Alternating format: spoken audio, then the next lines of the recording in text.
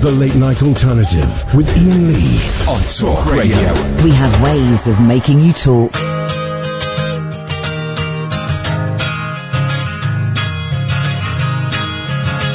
I'm looking through you. Where did you go? I thought I knew you. What did I know?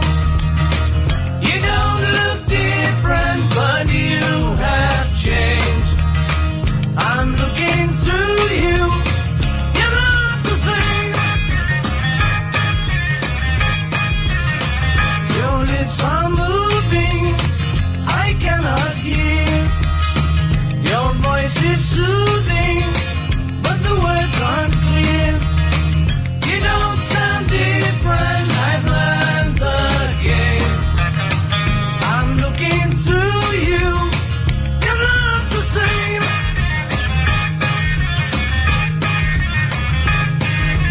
Why, tell me, why did you not treat me right? Dick. Love has a nasty habit of disappearing overnight. You're thinking of me Yeah, the baby. same old way. Rap pussy.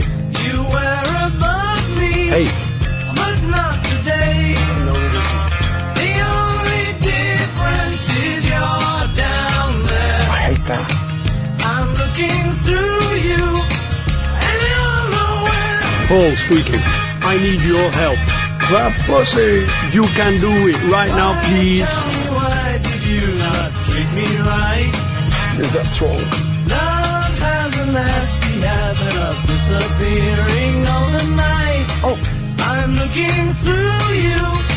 Where did you go? Dead. I thought I knew you. Hi there. What did I know? Paul speaking. You don't look different, but you have changed. It's not true. I'm looking through you. You know. You're not the same. What? Yeah. What? You changed. What? What? What? 03444991000. I listened to 3 editions of the brilliant I Am the Egg Pod Beatles podcast. It's 2 gentlemen from what's that country called where we lose money all the time? Ireland. And it is brilliant. And they've just had 2 episodes, interviewed Mark Lewison. We have Mark Lewison on the show, and I'm listening to it, right? He's the Beatles expert. Fascinating man. We went and saw his show. And I'm listening to it thinking, their interview was much, much better than mine. Their interview is brilliant. It's really, really good. Really good. Go and check it out. And they don't ask the question. Mark Lewison talks about, just hints that George Harrison and Olivia hates him.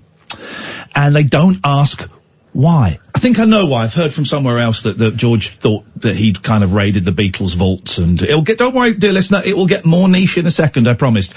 He'd raided the Beatles vaults, and a slew of Beatles bootlegs that came out in the 80s. They thought Mark Lewison had done it. It turns out it's possibly my mate's dad that did it. Oh. True story. Turns out probably Roger Scott that did it. Dead now, as is my mate. So there's those 2 episodes. They're great. And I'm sat there thinking, man, they did the interview so much better than me. But... You won't see me. Oh, there we go. It's the Beatles still going on over 50 years later. You got to respect that. And then they do an episode where they talk about the year 1980 in Beatles history. You can do it right now, please. Excellent. Let's dive straight into... Oh, by the way, my name is Iain Lee. Jungle, 11 o'clock show, all that rubbish. Catherine Boyle is there. Yeah, long suffering. Well, okay. It's okay, but that's rude. But you know what? I'm going to take it on the chin because today is a holy day. 03444991000. Has anything big happened in the world? We had a meeting yesterday, and we've been told that when there are big kind of political news stories, we have to do them. Okay? We have to do them on this show, and not necessarily in our style. But, Catherine. Yes. Has there been any big political news stories that today that you think we have to cover? Nah. Okay, let's go to Pete. Good evening, Pete. Good evening, Iain and Kath. Hello, Pete. Pete, oh, hang on a second, it's... No, hang on, I can't start that once it started. Hang on. Can't stop it once Let's do it over the top. It's time for the non-spoiler correspondent update with our correspondent bollocks. Do it again. No, balls. Hate you, Pete. I hate you. I can do a correspondent update if you want. Okay, fine. It's time for our correspondent update with our apprentice correspondent. Pete. That's Pete. It's a first. Here we go. Well, the correspondent update is that Greg is doing a sterling job as Shawadi Wadi correspondent. Isn't he great? And Stephen, the Doctor Who correspondent, is missing in action. That is true. If anyone knows where Stephen, our Doctor Who correspondent, is, please do let us know now. This is the phone number if anyone's got any information. Catherine? 03444991000. That's 03444991000. He was last seen on Tuesday, October the 13th, and he hasn't been heard of since. He was wearing very thin clothing and was seen leaving a bar with a mysterious-looking gentleman, and we are very, very concerned for his safety, and we hope he turns up soon. It's time now for the Apprentice Correspondent update with no spoilers with our Apprentice Correspondent. Pete. That's... Pete. Yeah, I actually really enjoyed tonight's one. Thanks for the update. 0344. Go on, come on, the roller coaster special. Yeah, this week they were designing roller coasters because all of their business plans are about roller coasters, I guess. Here's the thing, Pete. I would have thought designing roller coasters was a very specialist skill set that you'd have to know about maths, physics, engineering, but it turns out any old idiot can do it.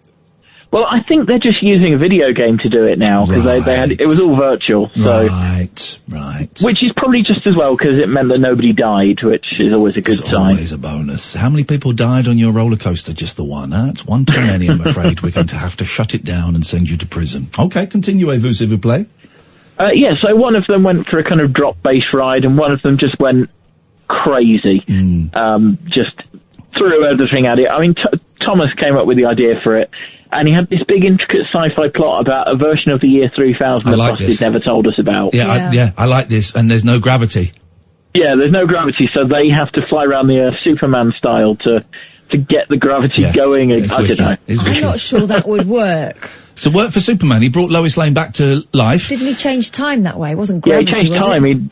Their roller coaster might change time, but it won't change gravity. Guys, you guys are idiots. Do you not see the obvious flaw in your pathetic arguments? If it's coming apart, then they put it back. Right, okay, no. What then? Here's the thing, Pete, can you explain, now you've had time to think about it, by the way, the show is far too broad at the moment with the talk of Beatles podcasts and The Apprentice. We will get even Nisha. We'll get Nisha in to find out what she's been up to today. The show will get more niche after the break at 15:15. I promise. If those of you are thinking, God, this is just too broad. He's too scattergun. These topics are too commercial. Don't worry. We're going to get very specific in a bit. The flaw with your problem is your plan is they're going back in time to when there was gravity. Right, yeah. There might be, but he seems quite insistent they were in the year 3000 throughout. Yes, they were in the year 3000. There's no gravity, so they have to fly back around the Earth. And as we know from Superman and from Star Trek, which Star Trek, Pete? Star Trek 4. Thank you very much indeed. But that didn't actually have travelling fast around the Earth. They slingshotted around the sun. Yeah, but they were travelling fast around. Oh, get lost, Pete. I hate you. I hate that guy. I really hate that guy. Ruins my show. Pete. Yeah, it ruins my show. Pete. Absolute scumbag, that guy. Comes on. This is the thing. This is what you've got to watch, right? You've got to keep your enemies close and your friends closer. No, you've got to just make friends with your enemies. Shoot your enemies. What? That's what I'm saying. And Pete, what I'm saying is I'm issuing a threat. Not to shoot you, not to shoot anybody. I would never shoot anybody unless they broke into my home and I was defending my kids. If I'm defending my kids, then there ain't nobody who's going to stop me from getting a shooter and ramming it right up your jacksie, putting the bullet out. You're breaking into my house, my kids are in danger. Why would you be inserting it into their Jackson? Because, they fell on it. And it had a condom on it. No, seriously, if anyone breaks my house, I will shoot you up the Jacksie. 03. He hasn't got a gun, so. 44 499 1000 is the telephone number if you want to give us a call. Can we do tonight's show in racially sensitive accents? Oh my God, probably not. Why? I want to do the show in racial accents today. Different voice. I want to do different voice. Okay? Is he okay? Do different voice. What voice is that?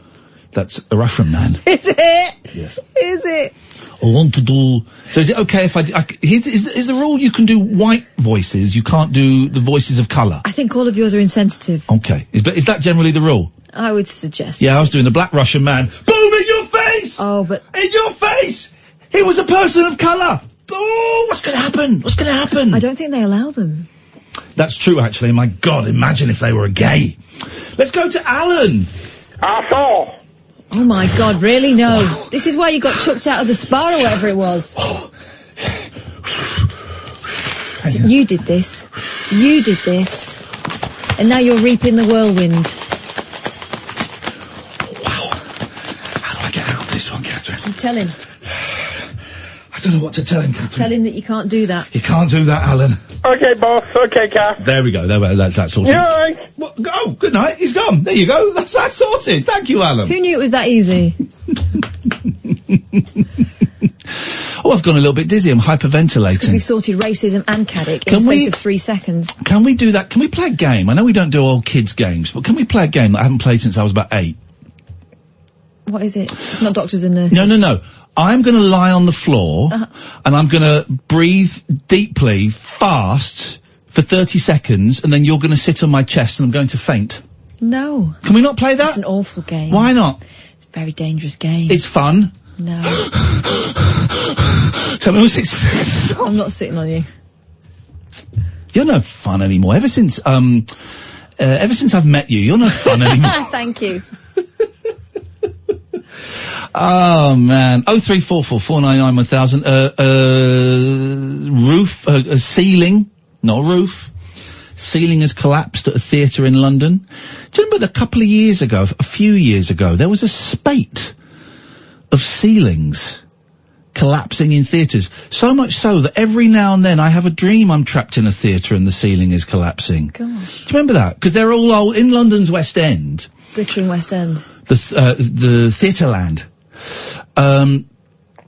They are old theatres, Victorian, Edwardian, prehistoric, some very ancient ones. And because there's no money in theatre, what? There's no money in theatre? You're joking? No, there's no money in theatre. Well, how come 6 tickets to go and see Joe Pasquale in pantomime cost me 280 quid? What? Yeah, that's true. Ah, shoot. That's true. 6 tickets to see the brilliant Joe Pasquale, who I know, and I texted, and he said, I can't give you any free ones.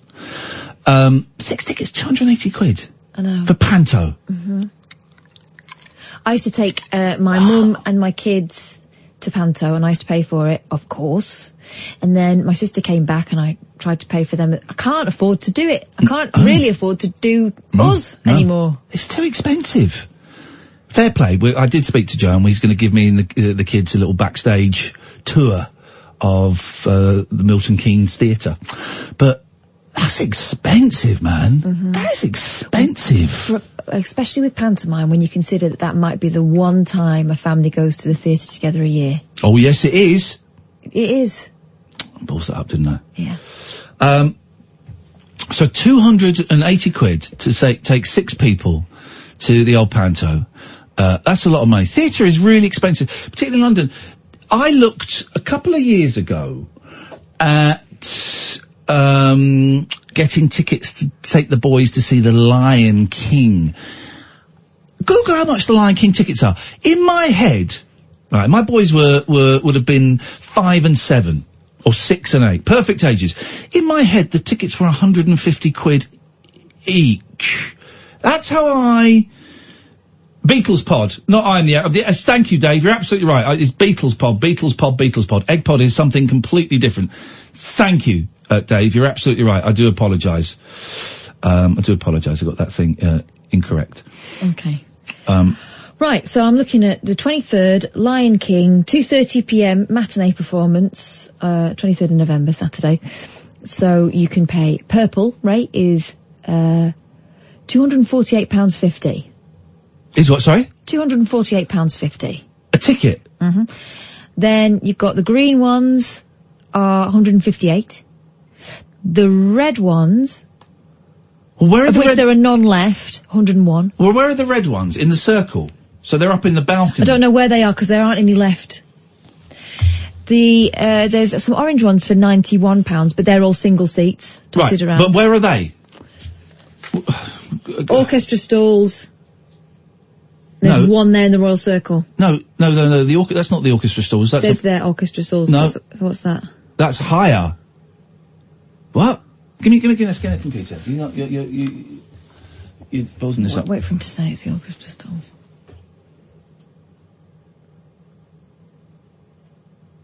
Nah. It says it on there. It doesn't. Yeah, it does. He balls it up. Admit it. Yeah, but they're single seats.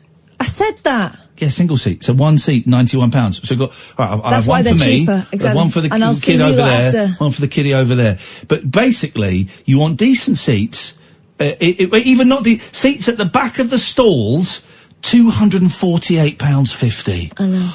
Flipping heck, man. The cheapest seats, right at the top, at the back, singles, £68.50.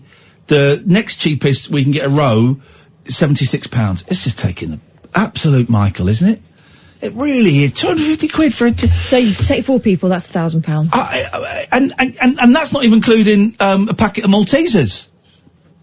I tell you the best Maltesers you can get. Go on, tell me. Tell me the best Maltesers you can get. I know what you're going to say. Go on. The ones in the Revels. Sorry?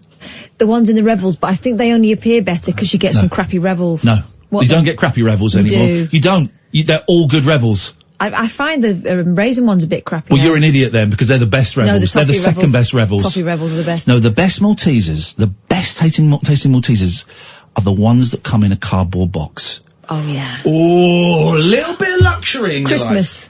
A little bit of luxury in your life. Just a little bit. Treat yourself, dear listener. You deserve it. Little bit of luxury. Maltesers in a cardboard box. Did we do the 15 ads? Let's rectify that immediately. This is Talk Radio. After hours amusement for anarchists, air hostesses and jet-lagged Antipodeans. G'day, coppers. Can I crash on your floor? The Late Night Alternative with Iain Lee on Talk Radio. 03444991000. Here's a story for you. Rapper T.I. Now, do we know T.I.? No. Spelt T, letter T, letter I. Do we know this guy? Do we know what his work is? What does T.I. stand for? Total idiot by the sounds of it. Go on. Rapper T.I. has made the shocking revelation that he accompanies his 18-year-old daughter to the gynecologist every year to ensure that she's still a virgin. Wow.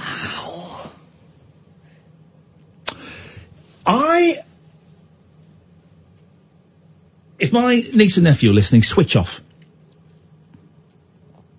I've never had sex with a virgin. I was presented with the opportunity once. Very nice young woman, in our 20s, and she was a virgin, and I found the pressure too much, and so I couldn't. I thought it was, I'm a nervous lover. Anyway, I get very, particularly in my 20s, I was very, very uncomfortable being naked, and while I like the idea of sex, actually I was not very good at it, and, quite often things weren't working, because I get so tense and anxious. When I say things weren't working, I mean I didn't get a boner. And then this girl I really liked, actually, she's a really nice woman, and she said, by the way, I just tell I'm a virgin, and the pressure was just too much. It just, it was all in my head. But so, even though you know that for most people the first time is rubbish. I wanted it to be brilliant. Yeah, I know. I just couldn't. It was all in my head. It's all in my head. It's only recently I've been able to pick all of that. But is the hymen real? Well, I did a lot of gymnastics, so I don't think mine was there. What is it? It's like a thin layer of skin. What does, it's a trivia question. What have Theresa May and hymens got in common? It's not a joke, it's a trivia question, pub question. I don't know. She's the MP for Maidenhead, which is the old Anglo-Saxon term for hymen. Yeah. That's just actually a question. You're waiting for a punchline.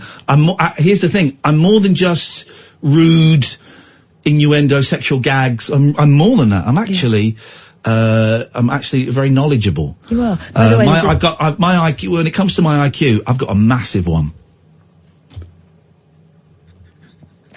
By the way, there's a Telly-Dildonics update later on. Fantastic. For all those fans of Telly-Dildonics.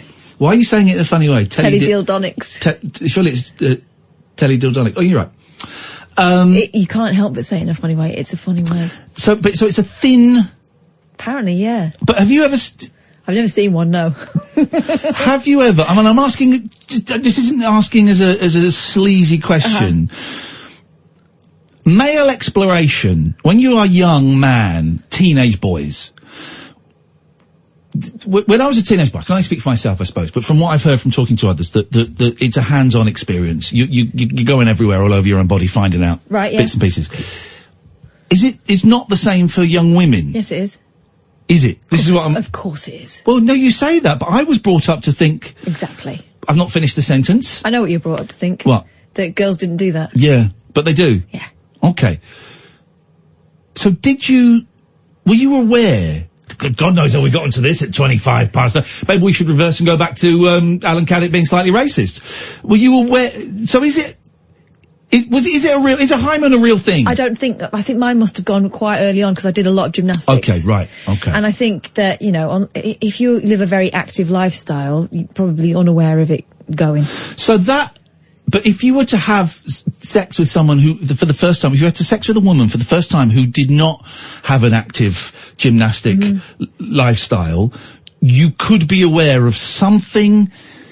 I mean, I just want to know how thick. I guess. So I'm really trying to do this in a serious way, and it's so hard not to. Every word that's coming out of my mouth, I'm appalling myself with. I'm genuinely interested. And here's the thing: at 46 years old, I've never had a conversation, apart from a very brief one with our English teacher when she told me the thing about Maidenhead. I've never had a conversation about a hymen before, which is insane. Well, I've seen a lot of historical dramas and things, and you know that in the past that on someone's wedding night there would have been a check to make sure that they were still intact, so to speak, and they would have, some cultures, they hold up the sheet with blood on it as to everyone as a demonstration that she was a virgin. Isn't there a famous queen whose hymen is preserved? Is there? Yeah. I am sure that somewhere... See, I want to say in the British Museum. Now, we will Google this in a minute, but I'm going to try and give you as much as I can from what I think I know. I want to say the British Museum because that is where they steal stuff. Pretty much everything in the British Museum we should give back to the people what we stole it from, right?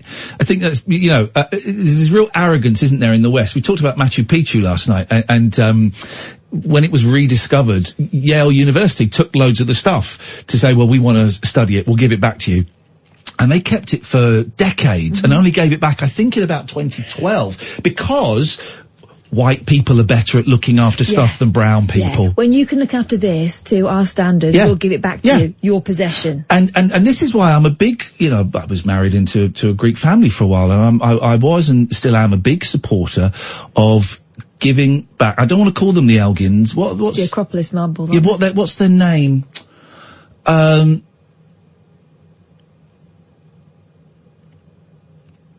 What are they? Go on, Google that one. 0344 499 1000. By the way, the Elgin marbles were stolen by Parthenon marbles. Parthenon marbles. Thank you. Stolen by Lord Elgin. That we should give them back. And the argument for a long time was, well, they were being let to rack and Greece didn't have a way to look after them. And you go and look at the Parthenon, and there's loads of what looks like original stuff there, and it's not. It's all been remade. But the argument was, well, they don't have the facilities to look after them. Well, here's the thing. About 10 years ago, they opened in Athens this amazing climate-controlled state-of-the-art, multi-million euro museum. And so Greece quite rightfully said, well, we do have the facilities now, so we'd like those back, please. And it seems insane. Just the arrogance of the English, and it is English, the English arrogance. Well, we can do it better than the old natives. It feels like colonialism, doesn't totally. It? And a lot of it, if you look at a lot of that stuff, a lot of it is, the Greeks are obviously white, there's like swarthiness to them, but they're white. But a lot of it is stuff taken from Islamic countries and African countries, because we know how to look after it better than those bloody old boys over there. Despite the fact that a lot of Islamic countries were, quite advanced when we were still wandering around dressed in rags. Although then there is the argument, of course, that a lot of Islamic treasures in their own countries recently in the last 15 years have been destroyed by ISIS. So anyway, we're going off on tangents. If you're new to the show, welcome. It's a politics-free zone tonight, and this is kind of what you can expect. I am sure that, I'm going to say the British Museum, although I don't know for sure, there is a famous... They're closing the National Portrait Gallery for 3 years. Are they? Why? Yeah, for refurbishment. There is, in the British Museum, there is a Queen's hymen, and it's in like a little... like a ring box. When you get down on one knee to propose. Well, it wouldn't be like a Dairy Lee slice, would it? Amy liked that one. Look, there is a, I'm going to say it's a Queen's hymen that was taken. It's all like, it's like a dry bit of crispy paper now. Of course it is. I'm pretty sure that's a thing.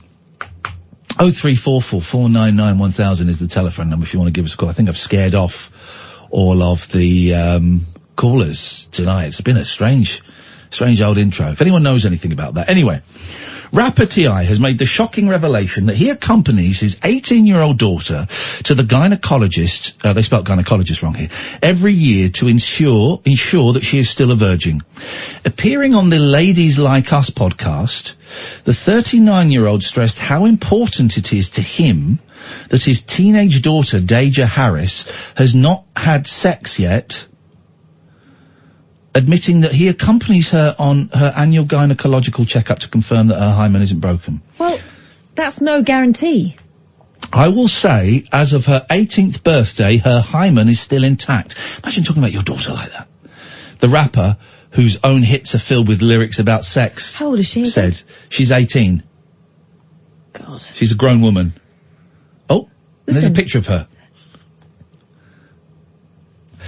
Listen, her hymen could not be intact anymore and she could still be a virgin. Has anyone broken that news to him? Deja's 18. This is him talking. Just graduated now, high school now, and she's attending her first year of college, figuring out for herself, said the star, who also has a 3-year-old named Heiress. And yes, not only have we had the conversation about sex, we have yearly trips to the gynecologist to check her hymen. Right. I had a very protective dad, but he wouldn't have gone there. Flipping heck, that's incredible. That is tantamount to treating your daughter like she's like an animal or possession. What would the punishment be if... Exactly. So what if, like me, it wasn't intact anymore and she still hadn't had sex, but it wasn't through physical activity like swimming or sports or whatever, it had gone. Would he punish her? Does that devalue her in his eyes? Lest the podcast's hosts Nazanin Mandi and Nadia Moham think he was joking, T.I. then went into more detail about their doctor visits. So it's this one time we go. I think this might have been after her 16th birthday. This is what we do. Right after the birthday, we celebrate, he said. Usually, like the day after the party, she's enjoying her gifts. I put a sticky note on the door. Gyno, tomorrow, 9:30. Jeez. This can't be... No. What gynecologist would spill the beans like that? I don't think if the gynecologist spills the beans, you can get them struck off. Of course, doctors can't share patient information without the patient's consent. Oh, right, okay. So T.I. sounds like a really fun guy. Sounds like a prick. Cajoles his daughter into giving it. And here's something. I've never seen the word cajoles written down before. It looks like cajoles. Cajoles. Cajoles his daughter. Cajoles. I've never seen it written down. That's wonderful. So we'll go and sit down and the doctor will come and talk, and the doctor's maintaining a high level of professionalism, T.I. explained. He's like, well, you know, sir, I have to, in order to share information, I'm like, Deja, they want you to sign this so we can share information. Is there anything you would not want me to know? See, Doc? No problem. God. That's why he bullies his daughter. Yeah. Yeah, because how can she say no in that situation? The doctor has even explained, I mean, she's an incredible looking 18-year-old girl. The doctor has even explained there are many other ways for a hymen to break besides sex. And in fact, many virgins no longer have hymens intact. But T.I. doesn't care. So then they come and say, I've got to hear the audio of this. I'm worried that it might be a little bit sweary, but if we can find the audio during the news, we'll play it. So then they come and say, well, I just want you to know that there are other ways besides sex that hymens can be broken, like bike riding, athletics, horseback riding, and just other forms of athletic physical activity. So I say, look, Doc, she don't ride no horses, she don't ride no bike, she don't play no sports. Just check the hymen, please. God. This is a great... It sounds like he keeps her locked up in a tower. This is a great... This may be a line from one of his raps. Listen to this. Look, Doc, she don't ride no horses, she don't ride no bike, she don't play no sports. Just check the hymen, please, and give me back my results expeditiously. Expeditiously! His results. Expeditiously! His results. That's the chorus. Expeditiously! His results. Expeditiously! But also, she doesn't do any of that stuff. What a fantastic life she must lead. So he doesn't let her do anything. Why is he so obsessed with his daughter's virginity? She's 18. T.I. defended his actions, explaining that he thinks a lot of people wish their parents had been more protective of them, suggesting that his daughter will look back on her father's behaviour and be grateful that he was so involved. No, she won't. She'll be in therapy at the age of 37. Do you know what's going to happen? At some point she'll rebel and she'll do everything. She'll do the lot. The works. Everywhere. Wow. Gosh.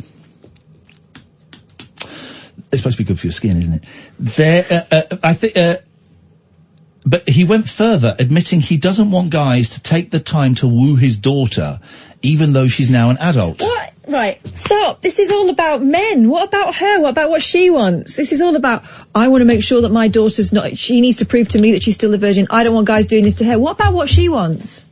They're no fun. Who wants a virgin? He asked. Like, really, all that work? The host of the podcast laughed hysterically throughout T.I.'s story.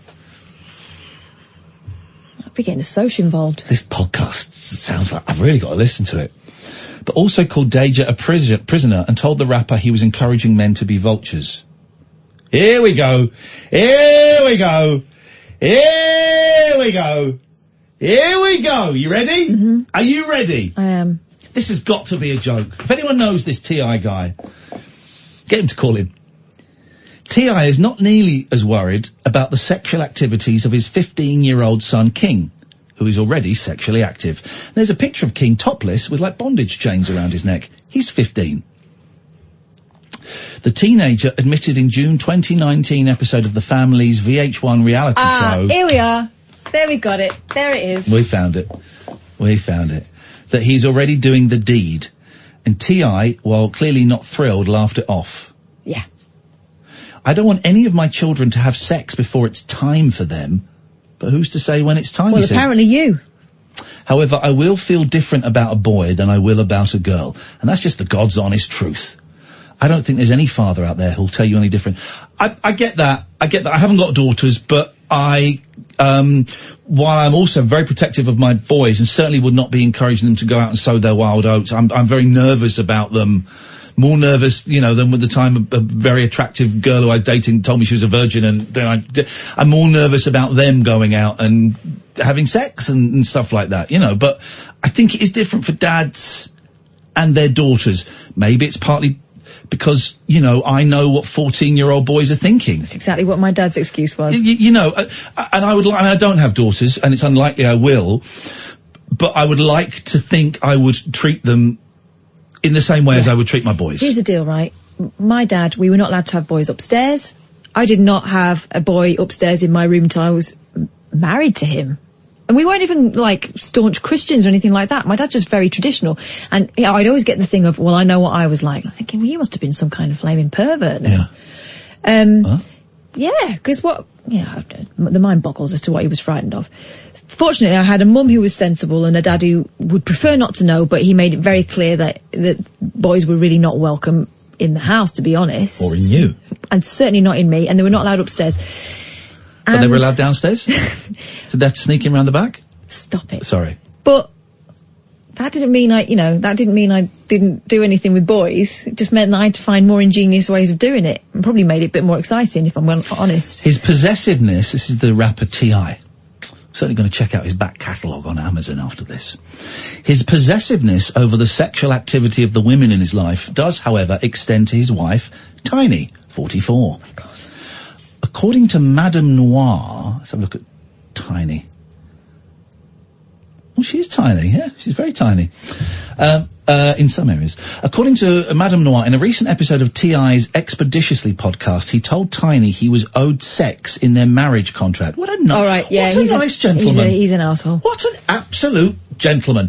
No, I tell you why he's a gentleman, because if there is a contract, then he is following the rules of the law. If she is not up for it, he's allowed to proceed regardless, is he? Only...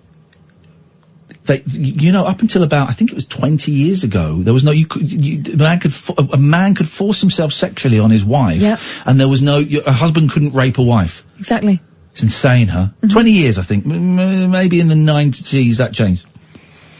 Come to you in a second, Alistair. 0344 499 1000. This is all horrible, but I hope that this is all hyperbole trying to sell his, what sounds like an awful show. He said, what's yours is mine, and what's mine is yours.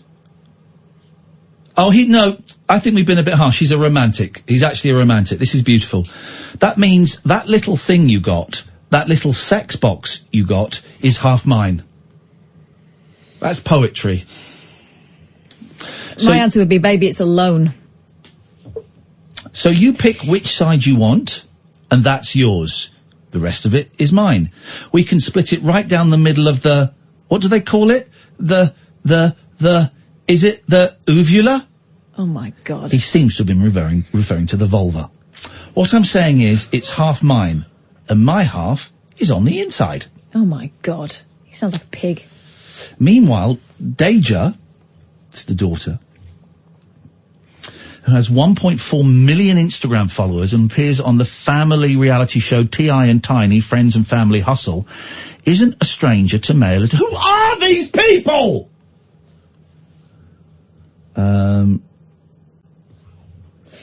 For someone who's quite possessive of his womenfolk, he sure is eager to sell them. Here we go. Ironically, although T.I. has implemented strict rules regarding his daughter's sex life, he has no problem promoting a much looser lifestyle in his music. Many of the rapper's hits, including his 2008 #1 hit Whatever You Like and 2013 #1 song Blurred Lines, glamorize sex.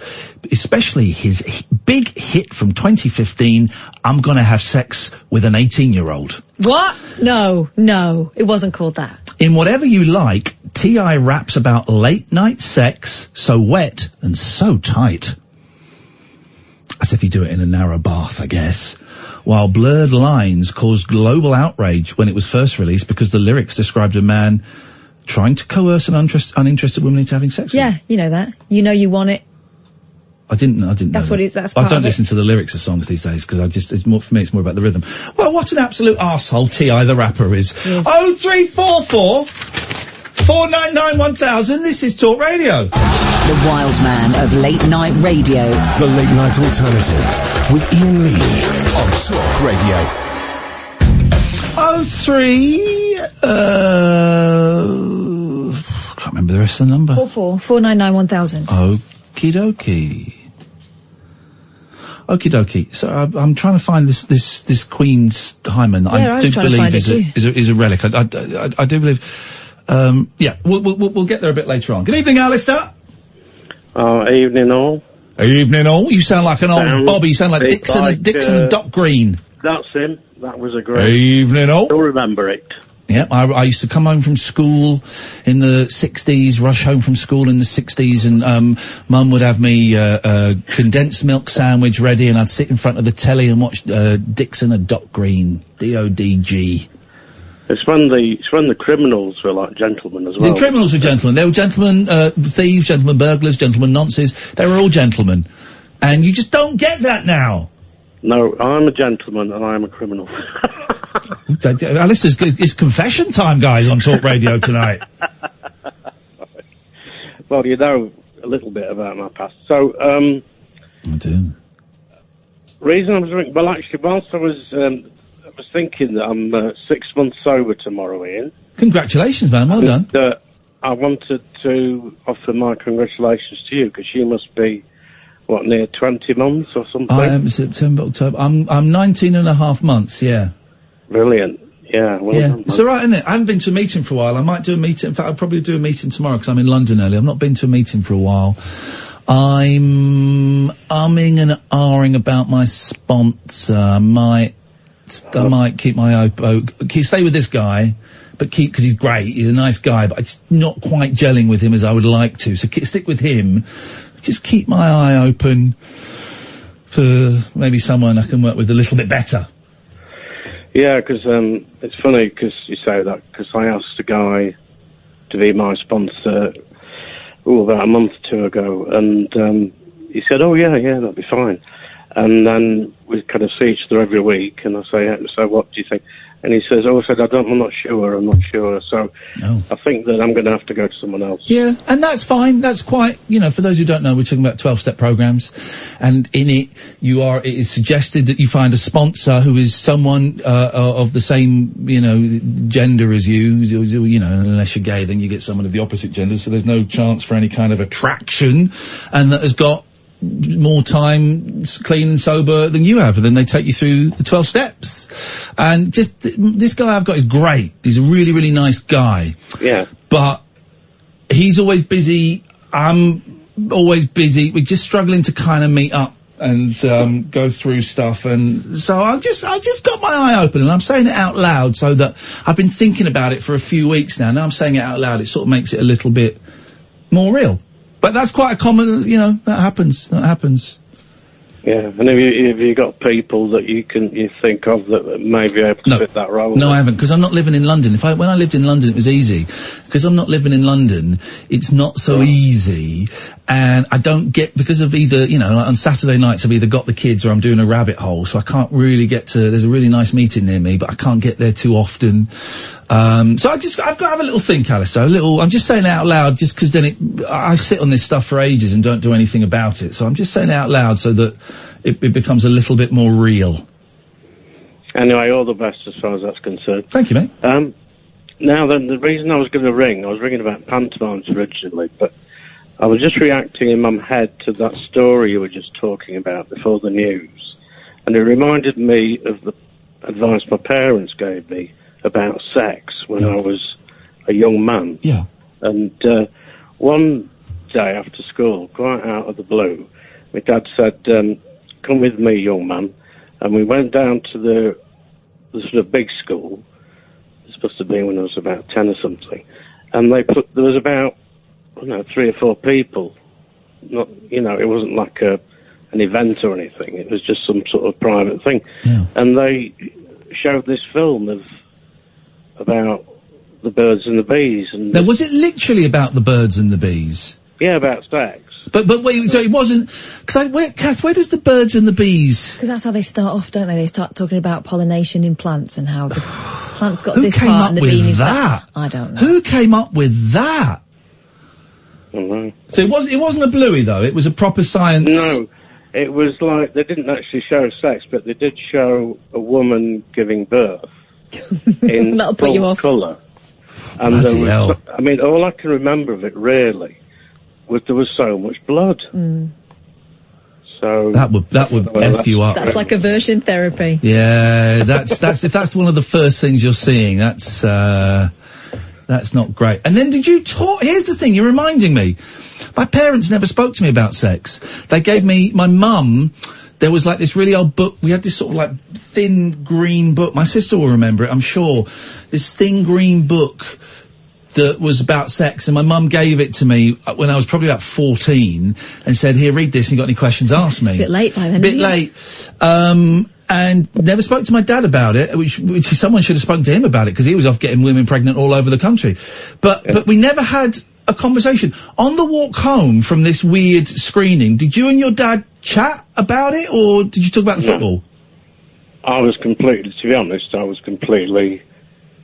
shocked. I didn't know what I'd just seen, and my dad really didn't explain that much why I'd gone to see it.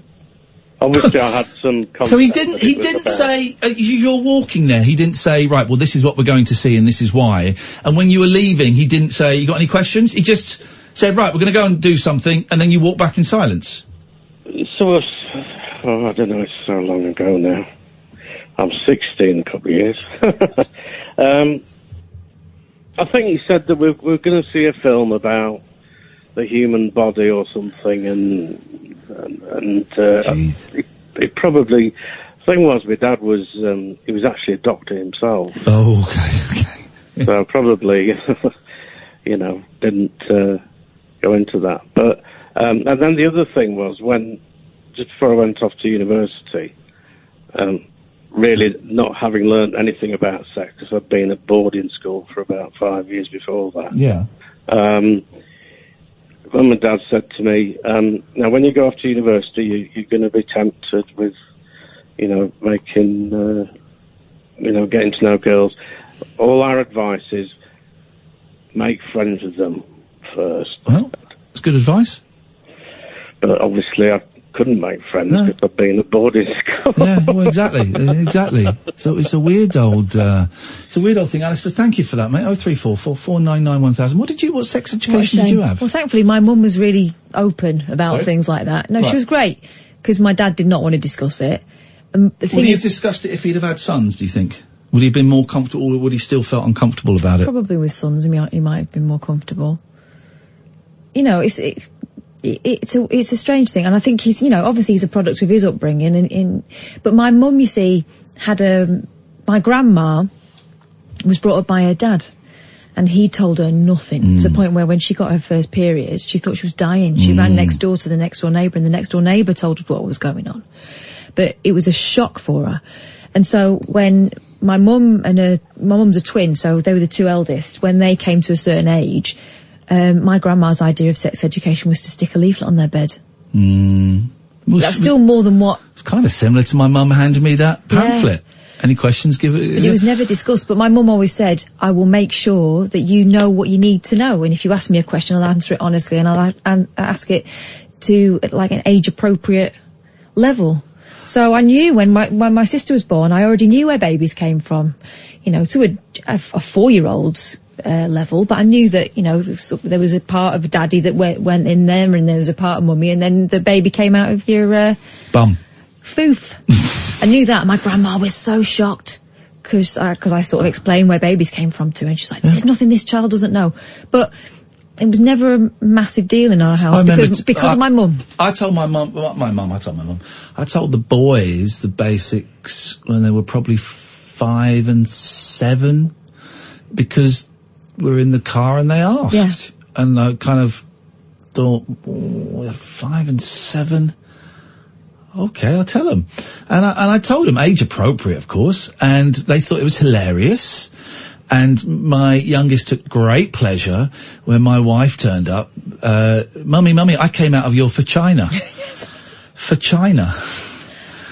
And, did you now? Yes, I did. And, and then they forget about it, giggle, and they forget about it. And I think they shocked their grandma by telling her.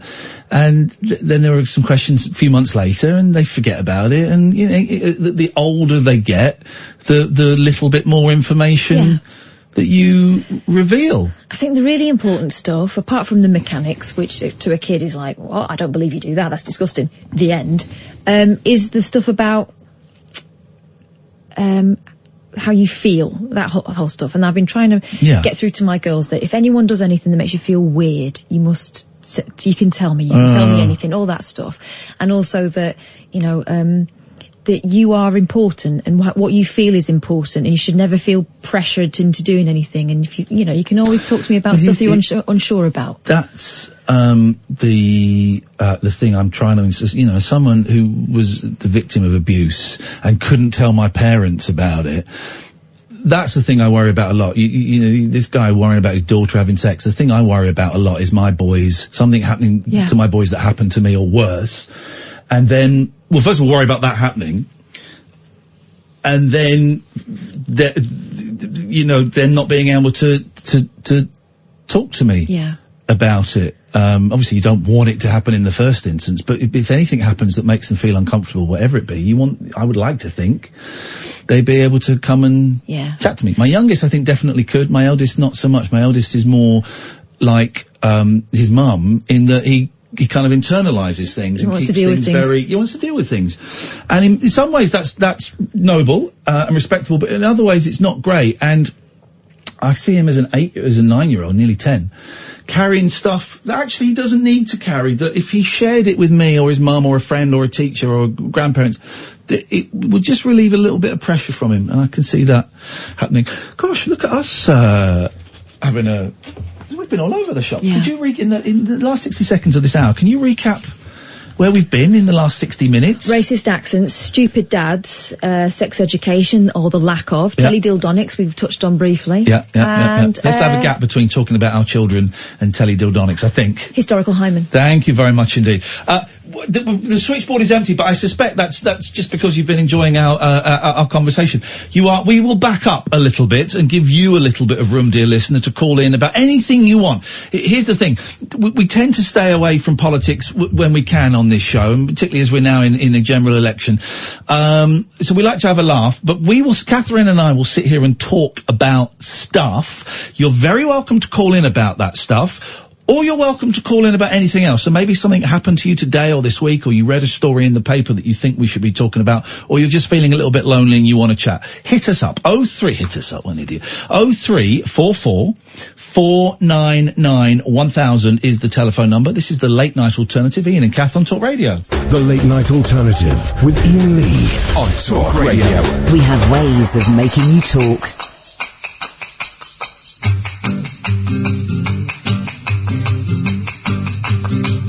I'm looking through you. Where did you go? I thought I knew you. What did I know? You don't look different, but you have changed. I'm looking through you. You're not the same.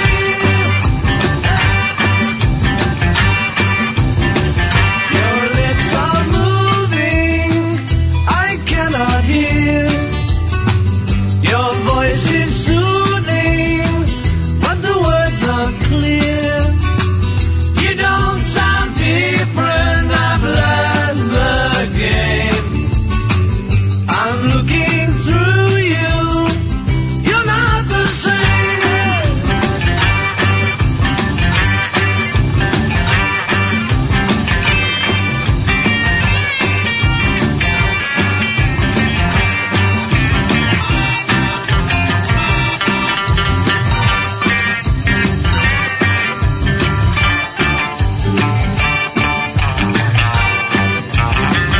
You're thinking of me the same old way. You were above me, but not today. The only difference is you're down there. I'm looking through you, and you're nowhere.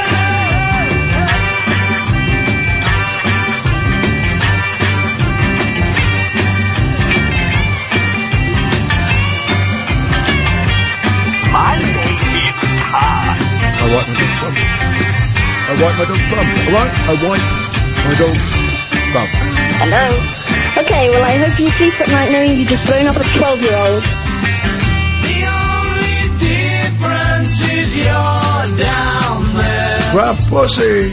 I'm looking through you,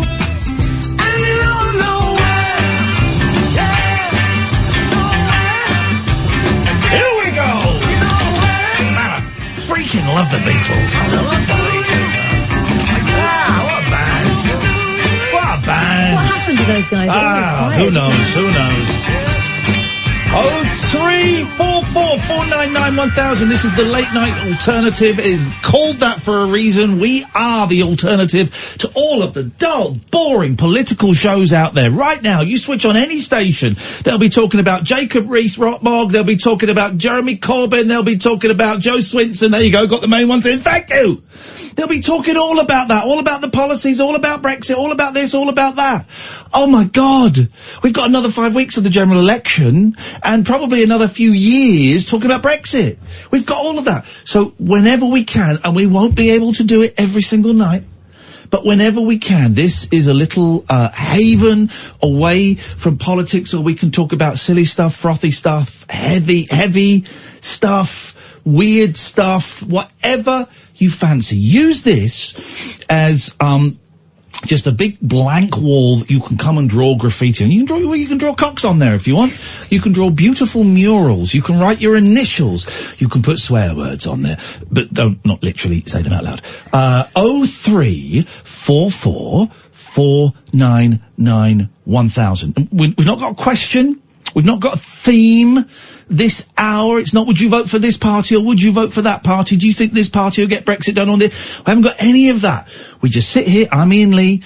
I did a programme years ago called the 11 o'clock show, and then I was on LBC for a bit, and then I did I'm a Celebrity, and now I'm here. We've got Catherine Boyle, who's been at various BBC stations and has been here for 4 years. And we just sit here and we chat and we talk nonsense, and you're welcome to dive into the nonsense we're talking about or bring your own nonsense to the table. Very quiet on the phones tonight. That's the way it goes sometimes. If you've never phoned up our show before, it's different from other shows. There's no question, so don't wait for the question. Pick up the phone, 0344 499 1000. Free from most packages, will cost you pennies, and some of them you'll speak to Amy tonight. She'll just ask you for your name and just check she's got the right number, and she'll call you straight back, and because it's so quiet, you'll pretty much get straight on the air. And that's it. Don't swear, don't be libelous. If you do, I've got a dump button. We've got a 14-second delay so we can stop that, and we just have a laugh, really. Catherine, sorry to grab you mid-yawn. Sorry. I'm the one that's sorry. What have you brought to this little party tonight? Okay.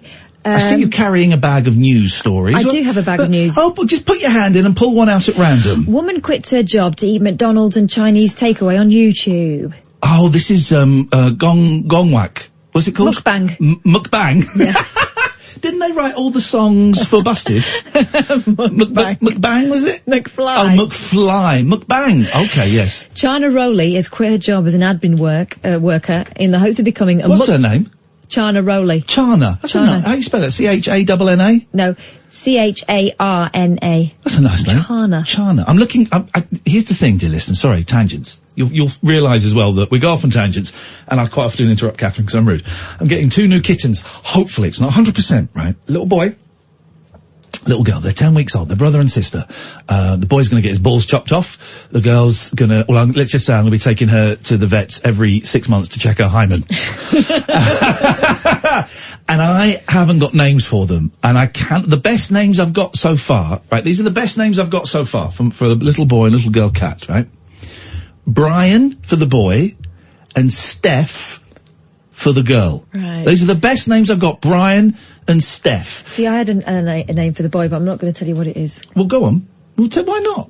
Because you want to decide this one yourself. Well, tell me. I'm open to suggestions. Brian after Brian Wilson, of course. Oh, really? Okay, that's where you're going. And Steph. Is there someone called Steph McDonald? Probably, yeah. What, in the whole world? Yeah, there'll be a few. So Steph after Steph McDonald. Which one? The good one. Well, good what? Steph McDonald. I don't know is there a Steph McDonald? I don't know, yeah, there is, but I don't know her. Okay, well, I'm saying, I don't know either. I don't think she's famous. Okay, well. But she's probably ruddy lovely. Steph, if you're listening, I might be naming my cat after you, baby. I think you should call the boy, because they're stripy cats. Yeah. I think you should call him Tiger. Oh, get low. Flipping it. And if I get a dog, why don't you call it Spot? No, Tiger. Come on. I'm a tiger. I'm a tiger. No, I'm calling it Tiger. I'm calling it Tiger. Yeah, that's cool. No.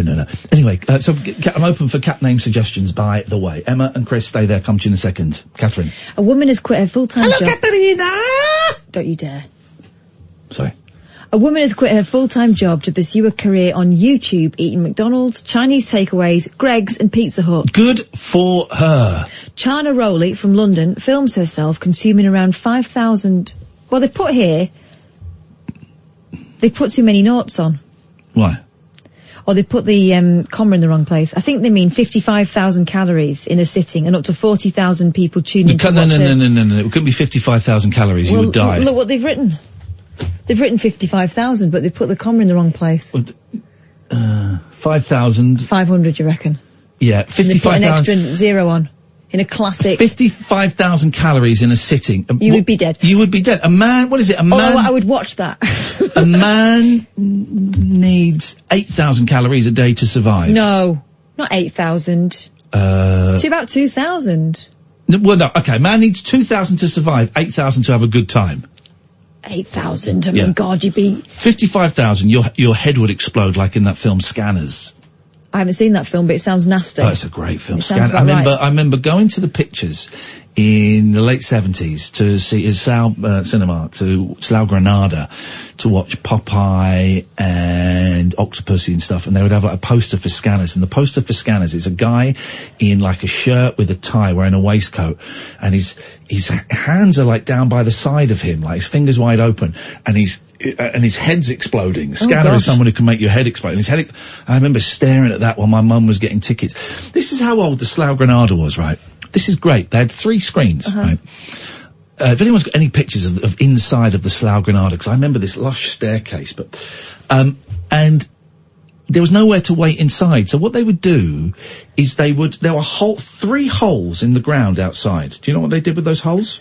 There would be a post saying which screen you were. They would come out and they would put a big post in, and it would say screen 1, screen 2, screen 3, and you would queue outside on the pavement. If anyone's got any pictures of inside Slough Granada, please. Anyway, the Scanners thing. Please, I'm interrupting. This unique type of video is known as mukbang and is a trend that originated in South Korea, where people talk to their audience while binging on food. Yeah. It's not just eating delicately like a little sandwich or something. It's stuff in your face. It's obscene. The ones I've seen, you have a table full of food, like heaving with food, and you just grab a bit of pizza and put it in, then you grab some prawn balls and put them in. It's really, I'm gonna get some ice cream, and good for her. This unique type of video is known as mukbang. In order to spend more time making these videos, Chana has decided to quit her job as an admin worker. The 22-year-old now works part-time at a warehouse in order to support herself while on her YouTube journey. She has no plans to stop eating on camera, and her ultimate aim is to work her way up to eating 10,000 calories in one go. I've just got to show how confident I am, she says. I might get something stuck in my tooth or around my mouth, but people love how funny I am. I have the negative ones telling me how fat I am and how I could be pretty if I try not to eat so much, but most of the time I don't answer. She continues, I enjoy it and it gives me confidence, and now I can monetize my channel and really respond to people's requests. It can become a full-time career move. Chana, who weighs 16 stone, goes to the gym 4 times a week in order to balance out the unhealthy food she eats. Okay, yeah. Can't run away from a bad diet. Yeah. And even her mum has given her a seal of approval to keep getting takeaways. She initially saw it as a hobby, Chana says, but once she saw my passion and the following I was managing to get, she changed her mind. Now she thinks I should go for it while I'm young and I have the opportunity. Chana shares her videos on her channel, Char Nation, and often eats alongside her partner. She makes 2 half-hour videos each week and has so far spent around £1,000 funding the footage. Her biggest hit was a video of her eating a Chinese takeaway complete with chicken balls, special friend rice, I mean, God, who wrote this? Special chow mein, chips, prawn crackers, vegetable spring rolls and curry sauce. The video has been viewed over 48,000 times so far. That's not that many. That's not going to make you a YouTube sensation. But still, aren't people funny? The things we'll watch on YouTube. That and the whispering. Yeah, well, we might do some ASMR after midnight. Pete is throwing the name Gizmo into the cat ring. Yeah, I tell you what, guys, why don't we all just throw in the most stupid, obvious names that I'm never going to use for my cat? Why don't we do that, okay? Oh. Don't. You're the one that said Brian and Steph. Yeah, yeah, exactly. So we thought the bar was low. Let's go to Emma. Good evening, Emma. Hi. Hey, Emma, how you doing? I don't know, really. Oh, what does that mean? I don't know. Well, I always thought I would ring in to just say I think you're really great, and I loved Rise, so I know about you because of Rise. Wow. You got me through uni. It was you that watched it, Emma. Thank you. I loved that. And literally, there was one day where we recorded 0 viewers on that. Oh, because I literally used to get up. You and Dougie are one of my favourite double acts of television. Thank you. Do you know what? Dougie and I were texting each other the other day, as we do, like every 6 months or something. I'm going to invite him in again one night because he's not been in for a while. So I'll let him know that. That'll make his day. Thank you. Oh, yes. I don't really know what made me ring. My marriage is ending. Can I tell you why I'm laughing? I'm not laughing at your marriage ending, right? I'm laughing because I don't know why I'm calling in. My marriage is ending. That's why you're calling in. That's why you're calling in, and that's all right. When you say it's ending, whereabouts are you in it? We decided to separate 3 weeks ago. Yeah. And tonight I just found that he's already seen someone else. Oh, mate, I am so sorry. I am so sorry. That must be horrendous. I'm gonna ask some questions, and if I ask anything you don't want to answer, then just tell me and I will not be offended and I will move on, okay? Okay. You said that you both decided to end it a few weeks ago. I kind of got a slight reluctance in your voice. Would I be right in suggesting that maybe he wanted to end it a little bit more than you did, or have I got that wrong? Kind of. So he's been suffering with some issues with sort of depression and things for the past 2 years. Yeah. And we maybe kind of got to this point a year ago. Right. And I fought it fiercely because I just didn't want that to be the way we went. So we did give things another go and things did improve a little bit, but then just sort of out of the blue, he just sort of went back to just sort of saying, this doesn't work. I don't want to, and I just don't want to be married anymore. And I was kind of at peace with the idea that we needed to separate, and maybe that would be a good thing for us to sort of look at what we have and sort of maybe reflect, and it would either bring us back or it would just be the ultimate kind of decision. I just wasn't ready to find out that there was someone else. Did you find out in I can't quite work out how to phrase okay, this is what I was going to say, and I'm hesitating because I realise how crass it sounds. Did you find out in a good way or a bad way? There is no good way. What I mean by that is, did he sit down and say, look, Emma, I've got something to say, I'm seeing someone, or did you, see did you find a note or something? I was just closing the curtains, so we are in separate rooms already, and I was closing the curtains in his room and noticed like a gift bag behind a chair in his room. So just nosy, just lifted it up to see what it was, and it was a present for somebody with a card. And so then underneath that there's just 2 boxes of open condoms, basically. So they're not for me. Do you suspect that he was seeing someone 4 weeks ago, the week before he told you that he wanted to end it? Yeah, I think probably a few weeks. His behaviour just became really weird. There was one Saturday night where he just kind of went upstairs to go to the loo, and when he came back down again, he said, I'm going out. Going out, and wouldn't say who's with. And I know that must sound so obvious, but because he's had problems with depression and things like that. Slightly erratic behaviour was a bit of a norm. Yeah, you get used to kind of going, okay, you need some space tonight, so go and do what you need to do. Go and be where you need to be. I'm going to ask a really dumb question now. How are you feeling?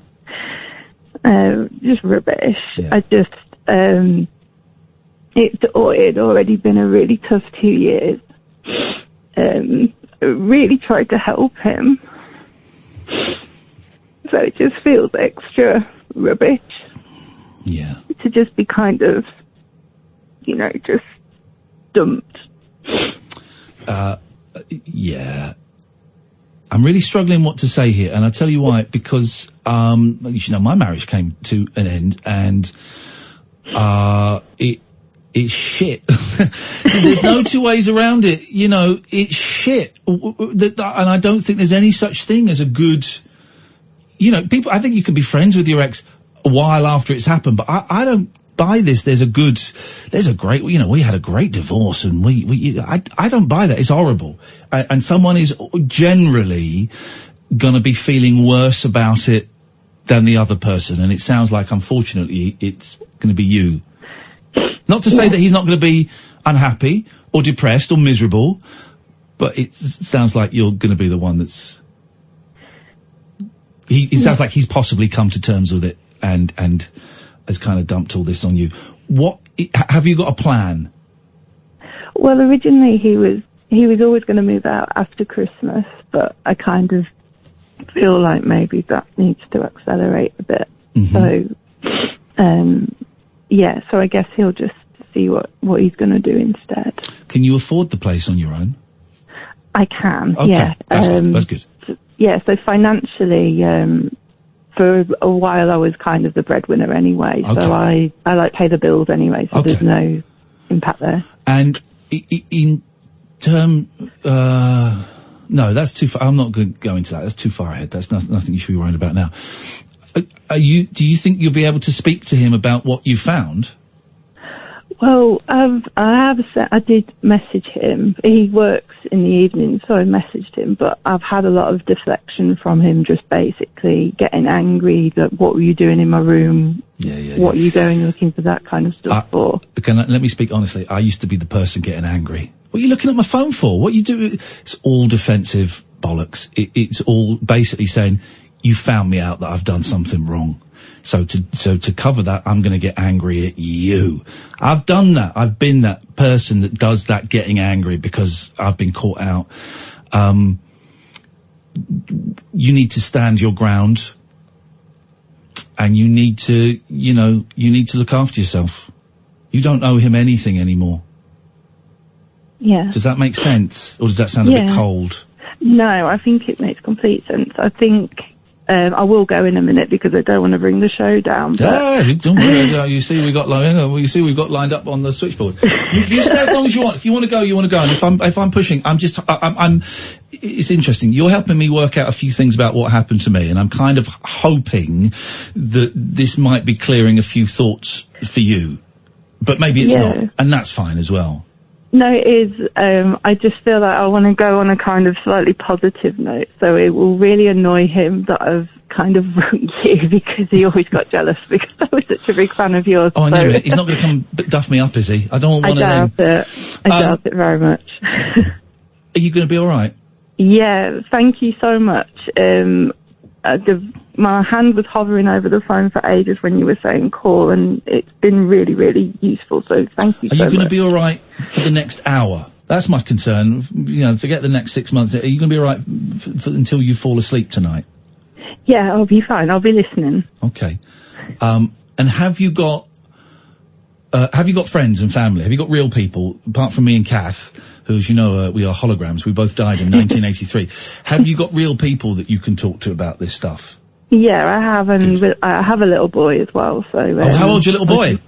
He's 2.5. Beautiful. Oh, beautiful, beautiful, beautiful. You know, there's never a great age for a family splitting up, but 2.5, you know, there could be worse ages. And also you've just got that reason to keep getting out of bed every day.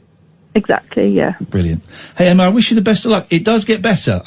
You are really in the thick of it now, but it does, I promise you, this is what Catherine used to say to me, it gets better, doesn't it, Kath? Yeah. Tell her about the swimming pool. All right. So my friend Andy, when I was getting divorced, I don't know him very well, but he's a songwriter, and we got chatting. I said, I think I'm going to be getting divorced, and I feel miserable, and I want to die. And he told me about his divorce, and he said, right now you are standing in the deep end of a swimming pool that is filled with shit. Right? And it's horrible, and you can't see anything, all you can smell is just shit. And he said, you don't know it, but you are walking forward, and you are constantly walking forward.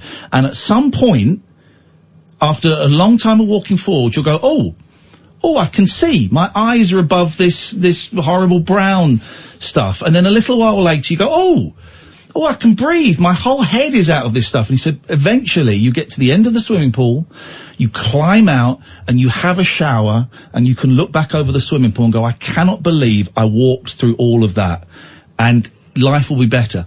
I am happier now than I have been. I'm not today, actually. Today I'm lousy. But generally, I am happier now than I have been for the last 10 years. What I'm saying is it will get better. Thank you. It's a promise. Take care, Emma. Thank you very much. Thanks Bye. a lot. Bye-bye. Night, Emma. Does get better. Thank you, Emma. What's a thoroughly decent human being? Always sad when a marriage ends, you know. But, it's weird. You know, divorce is this thing. I would take when I knew my marriage was ending and when I knew, you know, when it was all happening and stuff, I would take great pleasure in reading about other people's divorces. Now, whether they be recent ones in newspapers or, you know, rock stars in books in the 70s, I'd go, right, well, they made it through a divorce. Because when you're in it, you think it's a word you throw around and you bandy it around. It is the most painful thing I've ever been in. And it is a really extended years of pain. And I would read about, you know, like, I don't know, I can't think of any examples, but you read about a celebrity getting divorced and you go, all right, well, they made it. I remember you actually saying that. There was someone on the front page of a paper and you went, see, people can do it. Yeah, they come out the other side. And I would hold on to that. And I've come out the other side. You know, it works. 0344 499 1000. We got Jackie, we got James, we got Chris. This is the Late Night Alternative every weeknight from 10 on Talk Radio. The Late Night Alternative with Iain Lee. On air and off the leash. On Talk Radio. 0344 499 1000. Good evening, Jackie. Good evening. Oh, do you know what? When you phone up for one thing and then you hear a story like that. Yeah. And you listen, well done to her. Oh, she just came over so amazing. Yeah. Yeah. I got divorced in 1999. I've been with my husband 17 years. I've now been with my new partner 19 years, although we didn't marry, we don't live together anymore, but I've been with him 19 years, so it will get better, Emma, honestly. Are you, hang on, are you still going out with this, in inverted commas, new partner? Yeah, George, yeah. But you don't live with him? No, we did live for a while, and then we sort of split up for a bit because, you know, he was a bit controlling and whatever. Huh? I love him to bits. He's 11 years older than me, right. But we adore each other. I just couldn't live with him anymore because of certain things. This is incredible. But you're still in a relationship? Yeah. How far away does he live? About 10 minutes away. He's got a flat in one end of in Upton, and I live. But I moved out of Runcorn. I moved to Seacombe. We kept in touch, and then he lost his house, and I got him another place down here nearer to me, and we see each other every day. This is wonderful. I think you might. This might be the key to longevity. He's a pain in the backside sometimes, but at least then, if that's the case, I can go. I'm going home now. Bye. And do you know what? I think that is why a lot of marriages or couples living together doesn't, because if you're in, you know, like a small flat or a small house and there is nowhere you can storm off to. We all need to storm off sometimes and just cool out, guys. And if you've got, you know, your, like, well, I'm going to bed. Well, I'll be up in 10 minutes. And then that tension just brews like a big fart. But if you're able to go, right, I'm going home, and when you've calmed down, give me a call tomorrow and we'll talk about it. That must be amazing. You go home, you watch a film, you play with the cat. The 5 cats, which I'm getting onto in a minute. Yeah, 5 cats. I can turn around and say, we can not talk for, say, 2 weeks. I think the longest we haven't talked for was 8 weeks a few years ago. Wow. I just left him to brew, and then one day he said, are you coming up tomorrow? And I went, yeah, okay. And we carry on. Wow. I think it sounds awesome. He's very set in his ways, but because I took control of myself again in my life after I had my second bout of breast cancer, I went, I'm not doing this anymore. we either do this or we do that, and we get on fine. Yeah. We still have our ups and our spats, but I can turn round now and say to him, because I don't live in his house anymore, I've got my own place, I can turn around and say to him, not interested. How do you know he's not shagging? He's 67, lovey. How do you know she's not? Yeah, exactly. If I have enough problems getting to my own bed of a night with 5 cats, I've got no chance of Well, getting tell me anybody about else. the 5 cats, because I've got 3, Right. and there is a Yeah, very this strong is- chance I'm getting 2 more next I week. know, this is what I phoned up about. Now, I've got 3 of my own and my son's 2 cats, because when he lost his house and his ex-girlfriend had 2 of theirs, he said, can you look after the cats for a while, Mum? Yeah. And I said, yeah, of course I can. That was 3 years ago. Still got them. And do you know what? I don't think I could part with them. And he supplies the food for them and everything, because I love my son. Yeah. That That food costs a fortune. yeah, it does a bit.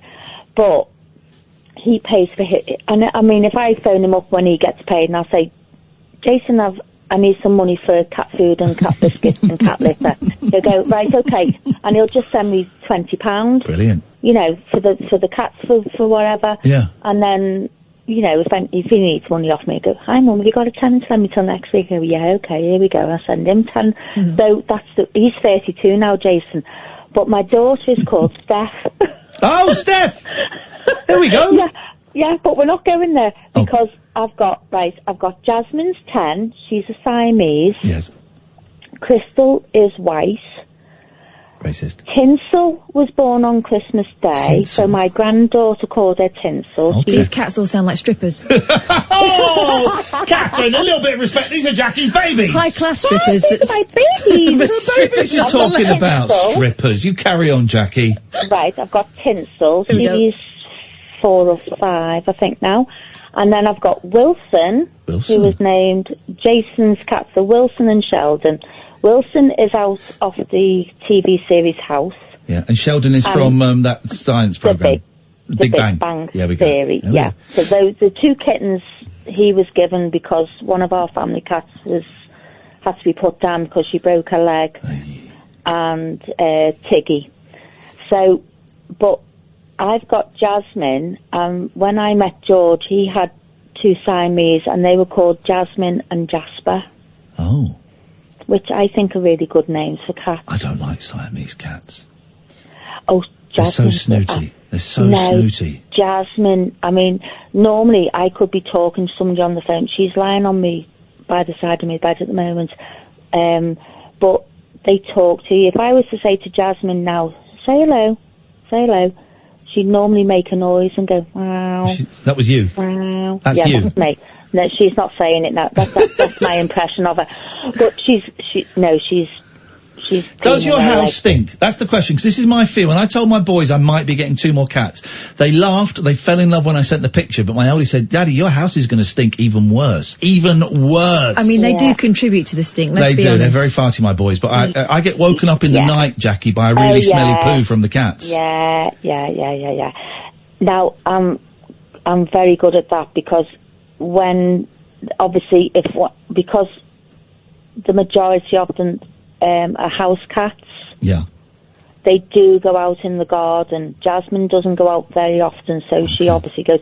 But I do get woken up in the night, and if I wake up and I go, I can hear the litter tray in the utility room going, and then I wait, and then I go, no, I've got to get up. You can smell it. And I get up straight away, and I change the litter tray straight away, because I know I just can't go back to sleep while I know that's been done. So obviously, and I'm only in a 1-bedroom flat. You know what I mean?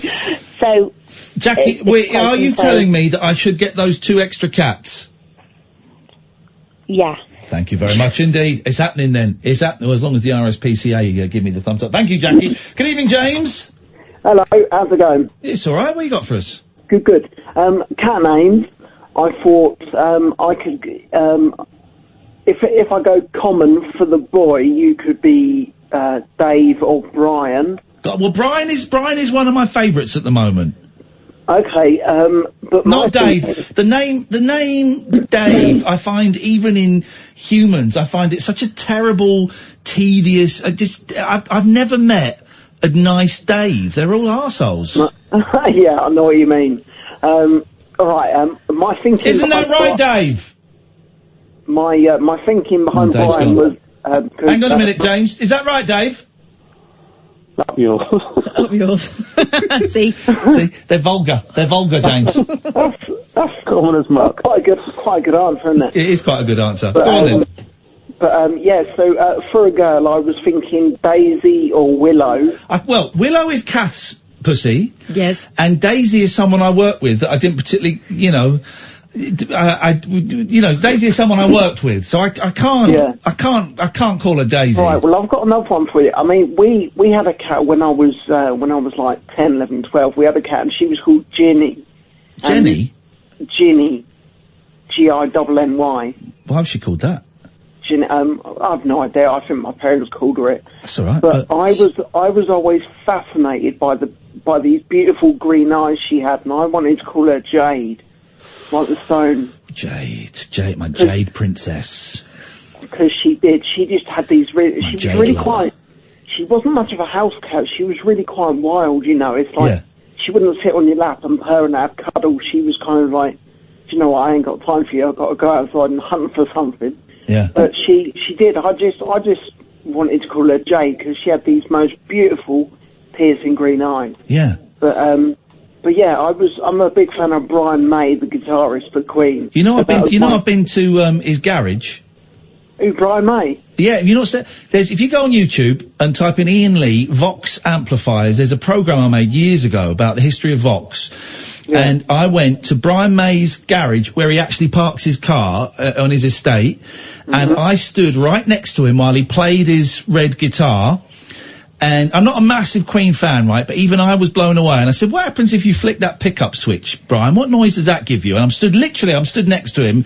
He goes, oh, that's the Bo Rap sound. And he started playing Bohemian Rhapsody to me. No way. No way, honestly. And I'm not a huge Queen fan, but you see, for a second, you see 15-year-old me. I look at the camera and just do this massive grin while he plays it for me. Yeah, that's it. I mean, I'm the same as you. I'm not, I like quite a few of their songs, but I'm not. Yeah. I'm not a crazy fan, but I did a radio interview when I was at college with Anita Dobson, his wife. Yes, yeah.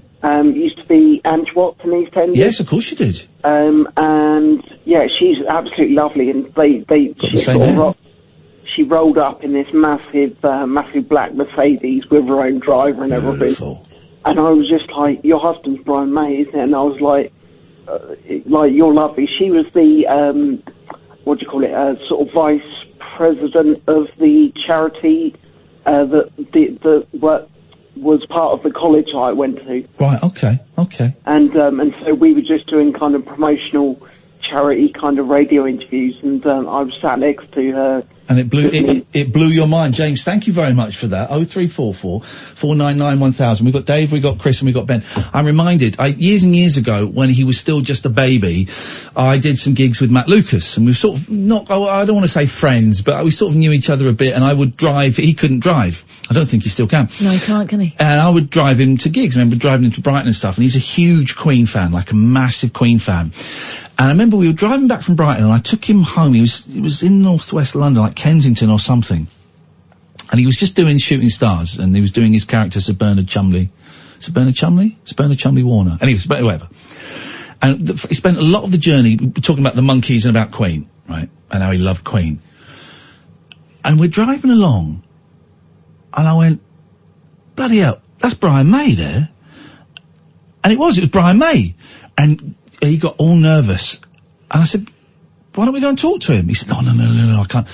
And I said, this is when Shooting Stars was huge. I said, but Matt, you're famous.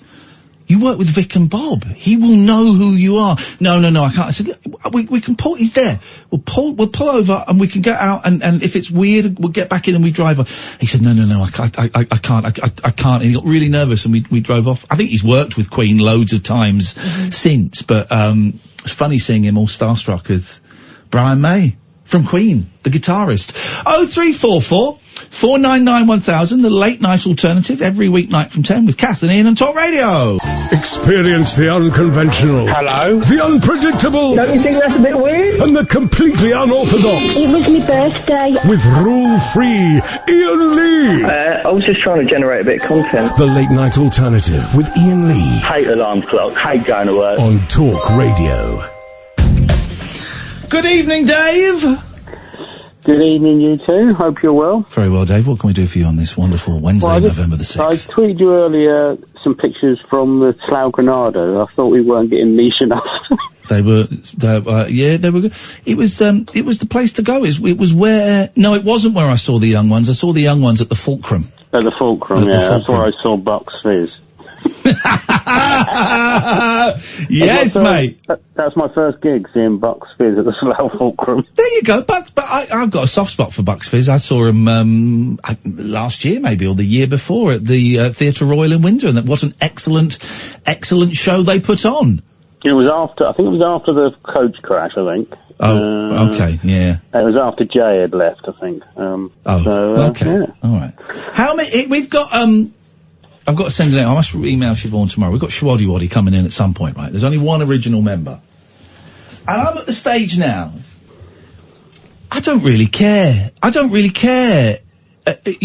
with these heritage acts, how many original members there are. It used to be a joke in the 70s and the 80s, didn't it, I remember my parents seeing, like, the Temptations or the Drifters or someone. I think the Drifters once toured with no original members. Yeah, and they saw them at Blazers in Windsor, and they came back and said there was no original Drifters in it. We are getting niche now. I saw Tommy Cooper at Blazers in Windsor. Did you? Supported by Lenny Henry. Whoa. How old are you? Your age, but... Well, how did you get to Blazers? Blazers was like a nightclub. Yeah. Like a proper nightclub in the 70s and 80s. Yeah, it was a corporate thing my dad, went to, and he managed to sneak me in, because I was a big fan of Lenny Henry from Tiswas, I guess. Yeah. This would have been about 1982 or 3. Tommy Cooper died about 84, didn't he? This is incredible. To me, and Blazers must have closed down in about 85, 86, right? Blazers, for me, it wasn't long after is this mysterious place, this wonderful kind of adult emporium, and my parents would go very, very occasionally. It was a big night out if they went to Blazers, and it was, and I know nothing, now it's like I think it's next door to where Subway is now in Windsor, and I think it's just like they have like back to the 90s time machine, that kind of thing. In Windsor, is it? In Windsor, right. Yeah. In Windsor. And, you went inside Blazers, dear God, man! I did a couple of times. I think I went back to see Lenny Henry again. I think. What was it like inside? It was that glamorous, archetypal thing of sort of a cabaret sort of setting with lots of tables with glasses and chicken in a basket, and the glamour, lots of cigarette smoke, and Yeah, wow! And I bet you felt proper grown up, sat there, watching Tommy Cooper. Yeah, so the second time was Lenny Henry again, I think. He was headlining, and his support was Martin Daniels, son of Paul. Oh! Why do when I think of Martin Daniels, I think of Martin Daniels, but in very tight Speedos. God knows. Because I'm sure he did a trick on, like, an escapology. He did the Houdini thing on his dad's show, didn't he? Yeah, and he was in very small, tight Speedos. Where is Martin Daniels these days? I have no idea. He's still around, didn't he? There was another son, wasn't there? Wasn't there like a Brendan Daniels or something that died? kept in the attic, yeah. Yeah, it was kept in the attic. Of course, we all know, not in any way linking Martin Daniels with this, it's just a train of thought. We all know, what happened to Ronnie Barker's son. I can't remember. He's, a sex offender. Oh, right. Well, it was the 70s, It was the 70s. It was all the right. Wow, you've been inside Blazers, my word. Go on, Catherine, let's have an update on the Daniel sons. He's got 3 sons, Gary, Paul and Martin.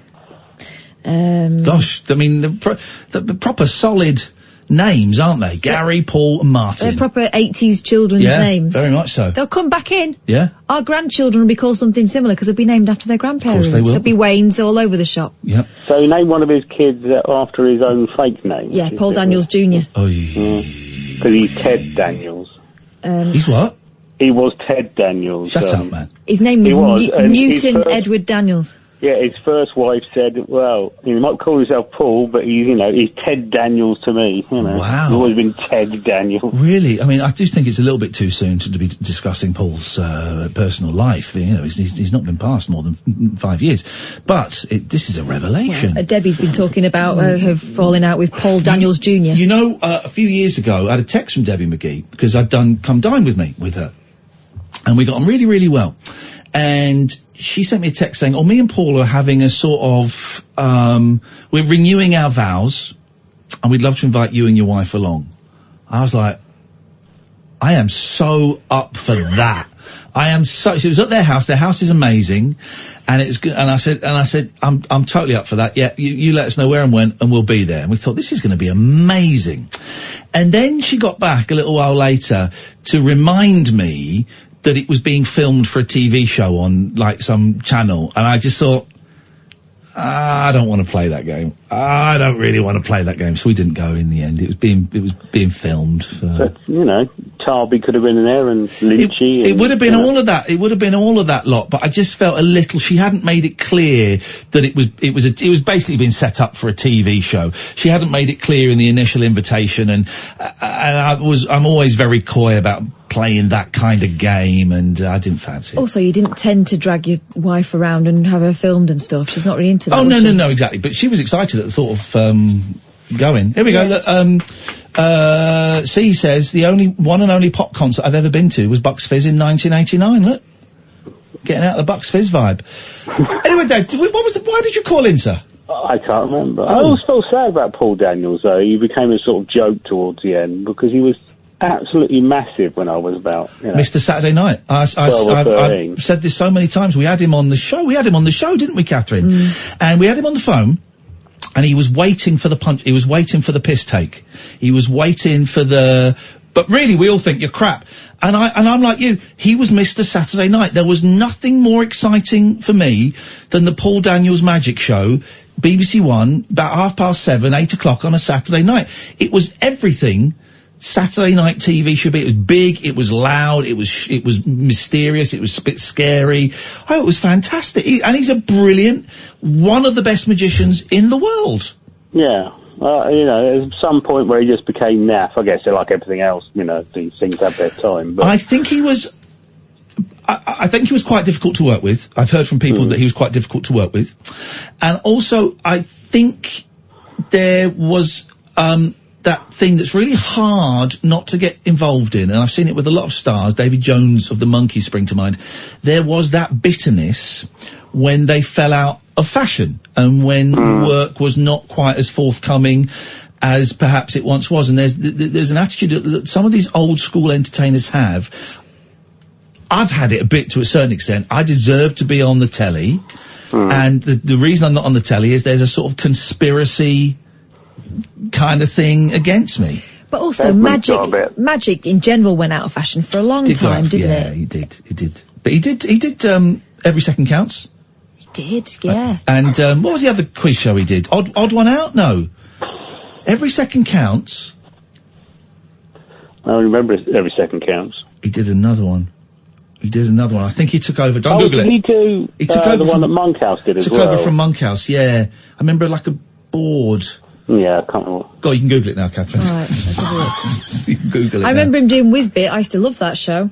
That was scary, that show. It was scary, I loved it. Yeah, this away, that away, this away, my, oh my. And then it got a rabbit, and then it got Every Second Counts. Bob's Full House? No. Something about Wipeout, was it Wipeout? Oh, Wipeout! Ah, yes. He did Wipeout. Not the one where you're on an assault course, no. No, the other one. Here we go, shows. Dealing with Daniels, Every Second Counts, The Farm, participant, It's a Knockout, judge. Odd One Out, Strictly Come Dancing, participant, Wipeout, X Factor, Battle of the Stars. Did you say Odd One Out? Yeah. Odd One Out? Yeah. Maybe it is that. I said that earlier. He was on the farm. Wasn't he on the farm with, like, Coolio or, Well, what was the one where Rebecca Luce tossed off a pig? Yeah, that's the it was farm. that one, yeah. I never saw it, but everyone heard about it, didn't Some they? show. Dave, thanks for lowering the tone even further. Anytime. Thank you, mate. See you at the weekend. Dave's coming to our show in Brighton, as are celebrity audience members Jake Shillingford from My Life Story. Hello, Ben. You're on the air. Hello? Yes, Ben. Ian? Yes. I believe you've got an issue with people called Dave. Yeah, I think they're idiots. Well, I just came up with a situation, Ian. Did you come up with a situation, Ben? Yeah. Wow.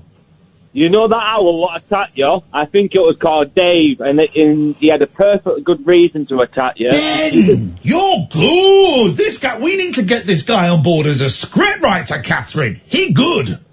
Ian, I'm not finished with you yet, darling. All right, my love. Your flamboyantness and your philanthropiness is just not good. It doesn't make yourself look good. I remember you. Look at you in the 90s when you was a sniffhead and a junkie, and look at you now. You're just a pig. You let yourself go. You've got. Thank you very much, Ben. When I was a spliffhead and a junkie. Yeah. Wow. In the 90s, before you were on telly. What did he know? I know, it's funny though. Let's just see if he's still Ian, can I give you a good question? No, you can't, Ben, because I don't think you're capable of giving a good question, because I think you are a dick. Listen. Thanks for your call. 03444991000 is the telephone. And what was that about? Let's go to Chris. Good evening, Chris. Good evening. Chris, what have you got for us? We've got 3 minutes, so let's just get to the nub. Right. Talking about cats. My cat name was Jess. Yep. Like Postman Pat. Well, it was a lovely cat. Yeah, let's add the same name as Postman Pat's cat. That's all I'm saying. Yes? Yep. Well, all right. It's not criticism, just pointing it out. 16 years he lived for. Gosh. And little cat. Yeah. I looked after him for years. For how long? How many years? Pardon? You looked after him for what? 16. Okay. Yeah. That's how long he lived. And he buggered off. I know. It's like the women I've been with. Just bored them stupid, I guess. You got this thing about I'm being bored all the time. No, not you being bored. Talking about Di, or David, or Dave. Yeah. Yes? Uh-huh. I had a terrible relationship with a Dave. Somebody. I didn't know she was married. And her husband was doing time. 5 years in the Cayman Islands or robbing millions of dollars. Okay. And I get myself into trouble, see? Yes. Terrible. Okay, tell us the story. Keep going with the story. Don't take a breather. Well, I don't know. I ended up having a relationship with her. Yep. And he used to phone up from his prison cell in the Cayman. Mm-hmm. Is Carl in there? And then, what's going on now? Yeah. Okay. See, I give up with women. I do. Okay. Because I get myself into trouble. You certainly do. You certainly do, Stanley. And his name was Dave. There we go. That was it. I was wondering why you were telling us this. I know. You can never trust a Dave, Chris. I know, because I'm Welsh. You're what, sorry? Well, I'm Scottish, actually. There we go, that's better. You never mentioned being Welsh before. I know, I didn't. Okay. Did I mention about my eyesight? Oh, yeah, you're blind. One of the girls over the shop, she went shopping for me. Yeah, I know, you tell us this all the time. Anyway, I know, I do repeat myself. I do apologise. Apology is not accepted, Chris. Thank you very much. 0344 499 1000 is the telephone number. This is the Late Night Alternative. We're on every weeknight from 10 on Talk Radio. The Late Night Alternative with Iain Lee on Talk Radio. We have ways of making you talk. When I call you up, you're lying.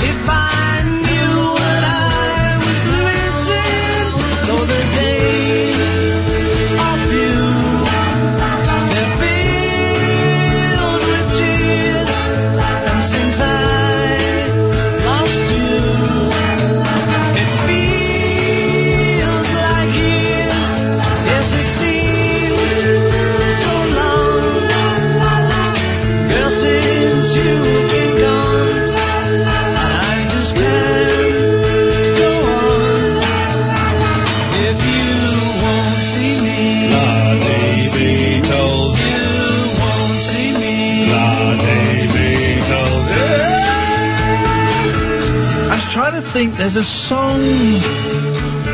There's a song from Rubber Soul where there is on a bootleg, there is a wildly different version, and I thought it was.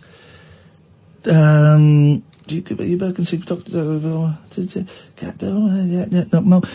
thought it was Deluxe. I've got Deluxe Revolver Disc 1 and Disc 2. What and Disc 3? What the hell is that? What do we think might be on there? Okay. I thought there was a version then I've got Revolver Sessions Disc 1, 2, 3, and 4. I've got so many bootlegs. What I want to know is, I thought there was a song on Rubber Soul where there was a wildly different version circulating.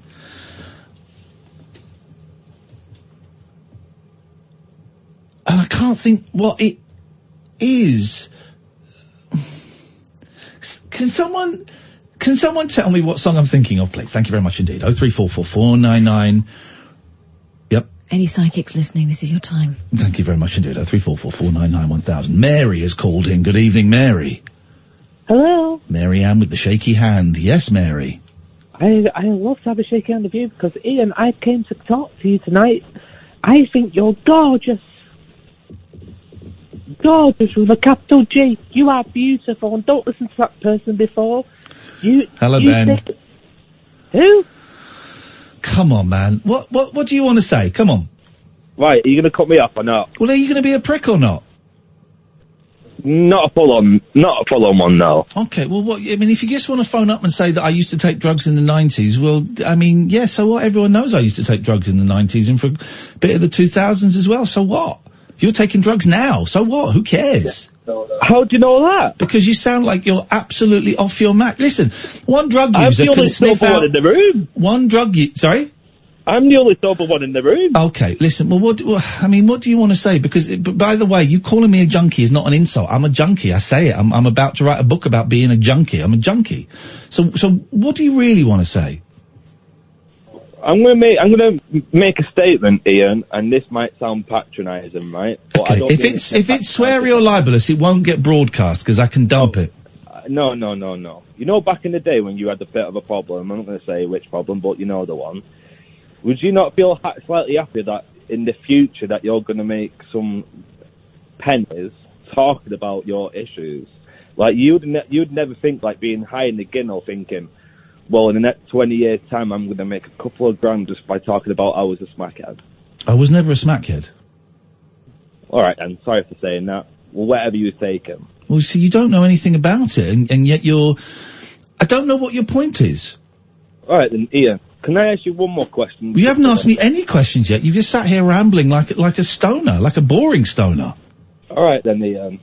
What is back in the good? I'm not going to go through the list of drugs that I've taken. No. I'm not going to ask what drugs. I'm not going to do a shopping list. No, I'm going to say what gave you the best high. Well, I'm not going to answer that question. Can I talk about when I had mushrooms? No, because drug, kind of war stories and stories about getting high are very rarely only interesting to the person that has lived them. Oh, can I tell you a ghost story then? No.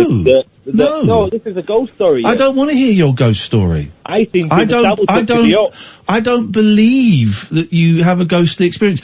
What I want to know is, Ben, if that's your real name, is why did you call up? What were you hoping to get out of this? Pleasure. Okay. And is that pleasure just for you and your mates in the room? Mainly for myself. I am a sadist, and I like what I'm doing to you, Ian. But what are you doing? But what are you doing to me, Ben? Do you think you're hurting me? I am exposing for you early on. You have issues. What? How? In what way are you exposing me? I'm a little confused. I am giving you the cravings to relapse. You're giving me the what? I'm giving you the motive and the cravings to relapse and to. You're trying to encourage me to relapse. To get that high again. I had a relapse nearly 20 months ago. I finished a relapse nearly 20 months ago. And was it great? Did you have a good time? No, it wasn't very nice, no. No, but Ian, you're making out you're on some heavy stuff. You smoked a bit of herb, that's nothing. Okay, well, here's the thing, you can get addicted to smoking a bit of herb, And if Ian, I'm not going to start smoking some herb and say I'm a victim. I'm addicted. I go around. But people, people can be addicted to marijuana. That's a fact. No. Yeah, well, this is the schoolboy myth that turns out is factually incorrect. You can be addicted, you get addicted to eating pies as well? Yes, you can. You can. Food addiction, yeah. No, you can't. Yes, you can. You are the perfect example, the perfect, display of why people, you're the perfect example of, if you ever wanted to say don't take drugs, kids, you just play them this Call of Ben, just rambling on. But it's boring. And that's the thing about being a junkie, right? I had some great times as a junkie. I had some real laughs. I had some amazing sex. I met some incredible people. I was in the company of some wonderful people. Amazing, right? Amazing times. I had a laugh. Amazing times. But it's that much. The rest of it, that much. That much is tiny. My finger and thumb are very close together. The rest of it, my arm stretched out wide, is so boring. Yeah. So boring. There's so much waiting. Being a junkie is about planning and waiting. I've spent so much time in my car because Ben's gone. I was going to bring him back, but he's gone. But I spent so much time in my car waiting for a dealer because he'd say I'd be there at 12, so I'd get there at 10 and text him saying, I know I'm early, but I'm nearby. In case he said, well, yeah, I'll be there at 12. Okay, well, I'm nearby. And then he wouldn't turn up till 3. And then you'd have a little bump to get you home, and then you get home. So much of it is waiting. It's so boring. And the sex and the funny conversations and the company and the giggling and it's tiny. That percentage is tiny. The rest of it is boring or painful. The other thing is that it's not real, and cocaine never made anyone less of a dick. And all that energy is artificial energy, and it all has to be paid back with interest, I found out. But drugs are fun. I can't lie about it. There is a reason ecstasy is called ecstasy. But for me, there are some people that can take a pill and they don't do it again for 6 months. That's fine if that's your bag, man. But there are also a lot of people that they can't. You take a pill and you start to come down. I think I'll have another 3 pills, and you start to come down, and you go, I'm going to have another couple of pills, and everyone around you is going, we're going to go to bed. No, come on, stay up. Let's stay up. We're going to go to bed. And you've got the horrible come downs. You've got the clucking when you can't get anything. All of it. It's just, the pleasure is tiny. There was pleasure, but it was tiny. For me, the rest of it was tedium at best, and horrific pain at worst. But you can get addicted to marijuana. That's another thing. I remember that. Well, you can't get addicted to weed. You can. Second person I ever met in recovery, when I got picked up to be taken to my first ever meeting, and there was a guy in the car, and he told me his problem was he was addicted to weed. And I'm thinking, what? Goodness, is he addicted to weed? You can't be. I've since met loads of people that have been addicted to weed. Turns out you can. I've met loads of people. I'm talking about drugs again. I get a bit bored talking about drugs on here because you've heard it all a million times. Still, Ben seemed nice. Ben was a nice guy.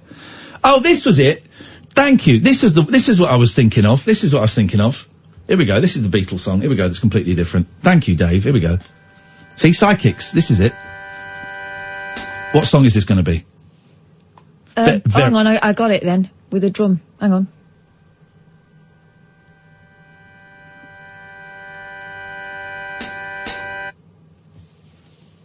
Very famous Beatles song done completely differently.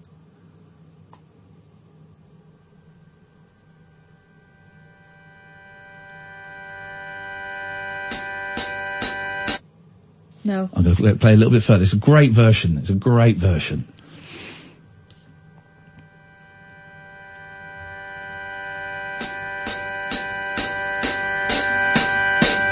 I was alone, I took a ride, I didn't know what I would find there. Listen to the nuts backing vocals in a minute. Another road where maybe I could see another kind of mind there. Ooh, and I suddenly see you. And I tell you I need you every single day of my life.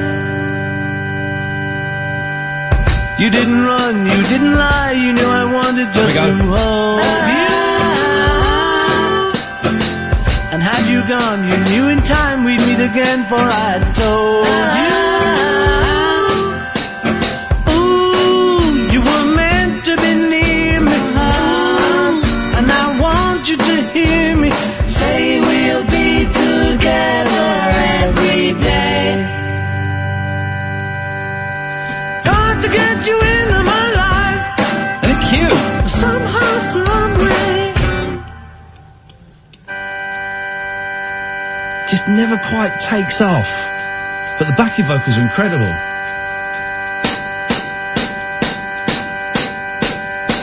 What can I do? What can I be? When I'm with you, I wanna stay there. If I'm true, I'll never leave, and if I do, I know the way there.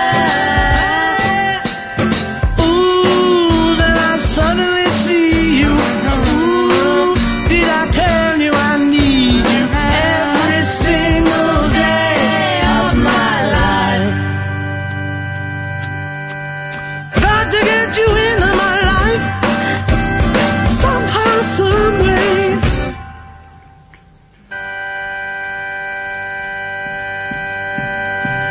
I need your love. I need your love. I need your love. I need your love to my life.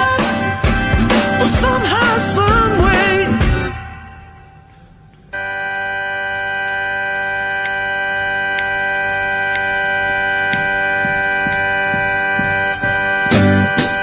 Got to get you into my life. Oh, you hear me? It's great, isn't it? Yeah. And yet, not as good as the one they put out. That song was the first other Beatles song I felt like I discovered myself, right? It's a great song. Because my parents used to play like the hits. Yeah. So I'd get She Loves You and I Want to Hold Your Hand and all that sort of stuff. And I remember being about 14 and stumbling across Got to Get You Into My Life, and I thought, that's a belter. Why don't I know that? Song, and the version that was released is some song. Good evening, Brian. Hi, my favourite Beatles song is When My Guitar Gently Weeps. When my guitar gently weeps.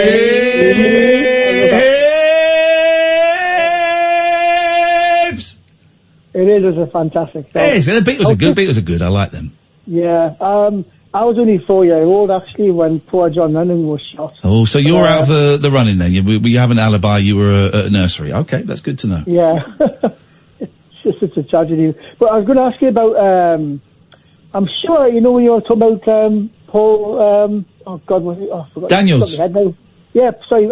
I'm sure Paul Daniels is from my part of the world. I'm sure he's from Teesside somewhere, because he did appear on Tiny's television. Wasn't he from Yorkshire? I'm sure he's from a place called Eagles Cliff, but I don't know if I thought he was a dour Yorkshireman. Oh, right. Well, He's from South Bank, North Yorkshire. Is he? Oh, I thought he was from Cleveland, I'm sure. Unlucky, Brian. You cannot claim Daniels as one of your own. Oh, okay then. But have you ever heard of the Animals before? Because my dad knows the Animals quite well. Yeah. Well, I know the Animals. See, here's the thing. I know the Animals quite well. There are cows, pigs, cats. I've got cats. Yeah. No, I only know 3 of the Animals. Oh, right. I was thinking about Eric Burden and Alan Price. Oh, you mean the pop group, The Animals? Yeah, Never sorry, heard of them. yeah, the pop group, yeah. He used to go to school with my dad, Alan Price, years ago. He had a song out called the Jarrow Song. Something like that. I don't remember the Jarrow song. I have reminded, we didn't get back to that guy whose granddad was in, Badfinger. Yeah, he was going to get back to us. He did get back to us, and we didn't reply. I'll reply to him tomorrow. I'll reply to you tomorrow. Sorry. Yeah, I think he actually left the Animals and went solo. Alan Price. Alan Price did. He did Simon Smith and His Amazing Dancing Bear. Yeah, or was that Georgie Fame? No, that was Alan Price. Georgie Fame did Stop the Carnival. That was Georgie Fame, wasn't it? Stop the Carnival. Stop the Carnival. I'm sure it was one of his tracks. Was that Alan Price or Georgie Fame? I'm not too sure. That was, I think Stop the Carnival was Georgie Fame, and Alan Price was Simon Smith and His Amazing Dancing Bear. Yeah, I think you're probably right. You've got more knowledge about music than what I have. I'm just more boring than you are about music. That's all it is. Brian, listen, we've got to move on. Nice to talk to you, man. Thank you very much. And we return to an empty switchboard after a flurry of activity. 0344 499 1000, the late night alternative every weeknight from 10 with lovely Catherine Boyle and the delightful, delightful Iain Lee. Take a trip into the alternate reality of late night radio. I think I'm in something like the Matrix, and so are you. The late night alternative. Hello. With Iain Lee. Is there anybody out there? On Talk Radio. Hello. We used to have a Christian fundamentalist phoning this show, and we stopped him phoning because I thought what he was saying was dangerous and hurtful, and could incite, something. I'm sure that he mentioned this. I'm sure he mentioned this. And if it wasn't him, I apologise. But I've certainly heard this argument from a Christian source, right? It was him. A yoga teacher has been banned from using a church hall after being told her classes were not compatible with Christian beliefs. It's not satanic. We'll read on and find out. It's not satanic. It's, we'll find out, because I can't quite remember the argument. Isn't the argument that it's idolatry because it comes from a Buddhist type thing? Yeah, it's something like that. Atsuko Kato, 54, has been teaching yoga for 25 years. God, she must be flexible. Oh. Including one class attended by a local vicar.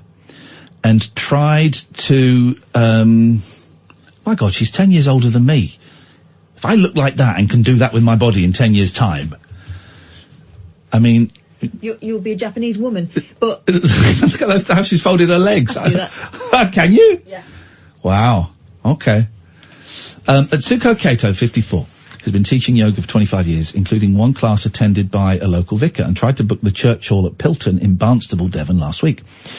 But the church... Here we go, The church told her yoga cannot be allowed because it does not acknowledge that there is only one God and that Jesus Christ is God himself. Wow.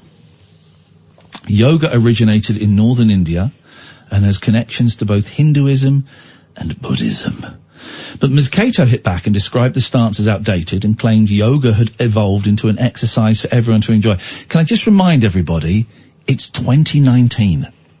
It's 2019, and somebody in this country still thinks that there is something sinful and unholy about yoga. 2019. We're approaching 2020, guys. She said, in one of my classes, I have a female vicar. Uh-oh, there's your problem. It's a female vicar. And they don't seem to have concerns, so I struggle to understand what the problem is. I had never done a class in that hall before, but I was looking for a new venue, and when I phoned around, I spoke to Pilton Church Hall. They asked me what I wanted to hire it for, and I said to teach a yoga class. They said they cannot tolerate it if it was for yoga, and claimed yoga was not suitable for a church. They said they weren't allowed to host yoga classes because they were a church, and it was not compatible with Christian beliefs. Gosh. No other explanation, that was it. I was very surprised by this attitude. Yoga is so mainstream now. It is, you're right, it's not like the 60s and the 70s. Yoga? What do you eat that with chopsticks? What is that? It's like yoga. It's like old people go and do it to be flexible. You can do it once a week without being sent on a retreat and being forced to be silent and... Ms. Cato from Bideford in Devon, I've been to Bideford, said the last time she encountered this attitude towards yoga was more than 20 years ago. She added, this did happen to me about 25 years ago when I was running a class in the Salvation Army Hall and told within a few months I would have to close. Someone complained that yoga was a cult. But that was in 1997. I would have thought we would have moved on in our views since then. That surprises me, 1997. These are narrow-minded views. Yoga as it is practiced now is an exercise class, yet they are banning it on religious and spiritual grounds just because it originated from India. I've even taught a yoga class which included a vicar. Doctors even tell patients to give it a try to help with flexibility. The Reverend Nigel Dilks of Pilton Church explained why the church feels it cannot accommodate yoga. Okay, Nigel Dilks, let's find out. He said, Pilton Church Hall is a church property, and under the terms of the trust deed, it is to be used for activities which are compatible with Christian faith. The test of this is whether a belief or worldview underpinning the activity acknowledges that there is only one God and that the New Testament person of Jesus Christ is God himself. Yoga is one of several activities that claims to confer physical benefits for flexibility and balance, but also claims a spiritual connection which doesn't stand this test. So we say, why not enjoy, for example, Pilates instead? We would welcome Pilates classes to our church hall. That is absolutely insane. Do they allow, like, the drinking of coffee? Because I can't remember the last time I thought about God while drinking coffee. What the hell? Well, I shouldn't say that. What the flip are they playing at? Jesus Christ! That's nuts, right? That is nuts that someone would do that in 2019. It's not like they're sacrificing chickens or praying to the devil, is it? Oh, man. Do you think they'll let the kids Morris dance? Because that's pagan. It's pagan, isn't it? I wonder if it's... Well, I don't know. You do think... 2019, we're very close to 2020.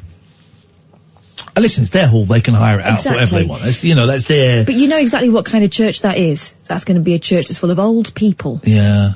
Because... no. It's not going to be full. No church is full. A church that has old people in it and nobody else. Yeah. Because it's not compatible. You're saying it's not compatible with Christianity. They've forgotten what real life is. No. We're gonna... I think this might be our friend, but we'll have a little go. Hello, caller. You're on the air. Hello? Yes? Oh, have I just come straight through? You've just come straight through, yes. Oh, right. No, I'm going to say I'm not going to start controversial tonight, but I am going to hopefully freak you out. There we go. Let's have it. Well, okay. So I've been writing, I'm a writer, I'm a blogger. And as I was listening to your show, it was so many things I could have rung up about and talked to you about. Even just the yoga thing now, which has just come up. Because I'm actually writing about chakras and energy work. You wouldn't be allowed in this church hall with your satanic, evil Indian nonsense. I know, but that's not the only weird thing that's happened tonight. I could have talked about the importance of cannabis in treating PTSD, hymen, sex education.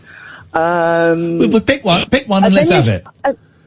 Oh God, the yoga thing I think is important. Go on. Because that I haven't heard somebody talk about yoga like that in, I guess, I would say 20 years. Yeah, it's nuts. And I do have a bit of background on this. I don't know yoga, but I am actually a pagan priestess, and I have been since 2001. Of course you are. I know I am really. Do you believe it? I believe you. I'm not I'm not surprised in the slightest that you are. Okay. In the beginning, I was scared about coming out of the... It was about coming out of the closet, and now I don't give a fig really, because I've got all the stuff that I'm doing, my kink and my writing. But it strikes me as that yoga must be beneficial for people, but you are, in a way, introducing people to an esoteria, which is energy work, how things flow. And I'm just two things really. You don't want to jump on my bandwagon here, but it strikes me that we're seeing an erosion of human rights that's happening very, very quickly. And now people are coming on and saying, well, we can't have you practicing yoga because it's old Dennis Wheatley. I'm just baffled by society at the moment. Well, it's not society that's saying you can't do yoga. It's one church hall in the arse end of Britain. It's right next to Glastonbury. It's Pilton. It's near Glastonbury Tor, which is odd. As Dave points out, they must think it's the gateway to hell. It's a very... It's the Pilton Somerset one, then, is it? Sorry? I didn't hear you say Somerset, but I was thinking Pilton, the Somerset one. Yeah. So obviously, got that. But no, obviously it's not society saying that, but by gum, one of your first articles was about hymens, and I read that piece today on the web, and I was shocked. The rapper who checks is eating your daughter's hymen, makes sure she's still intact so she ain't getting none.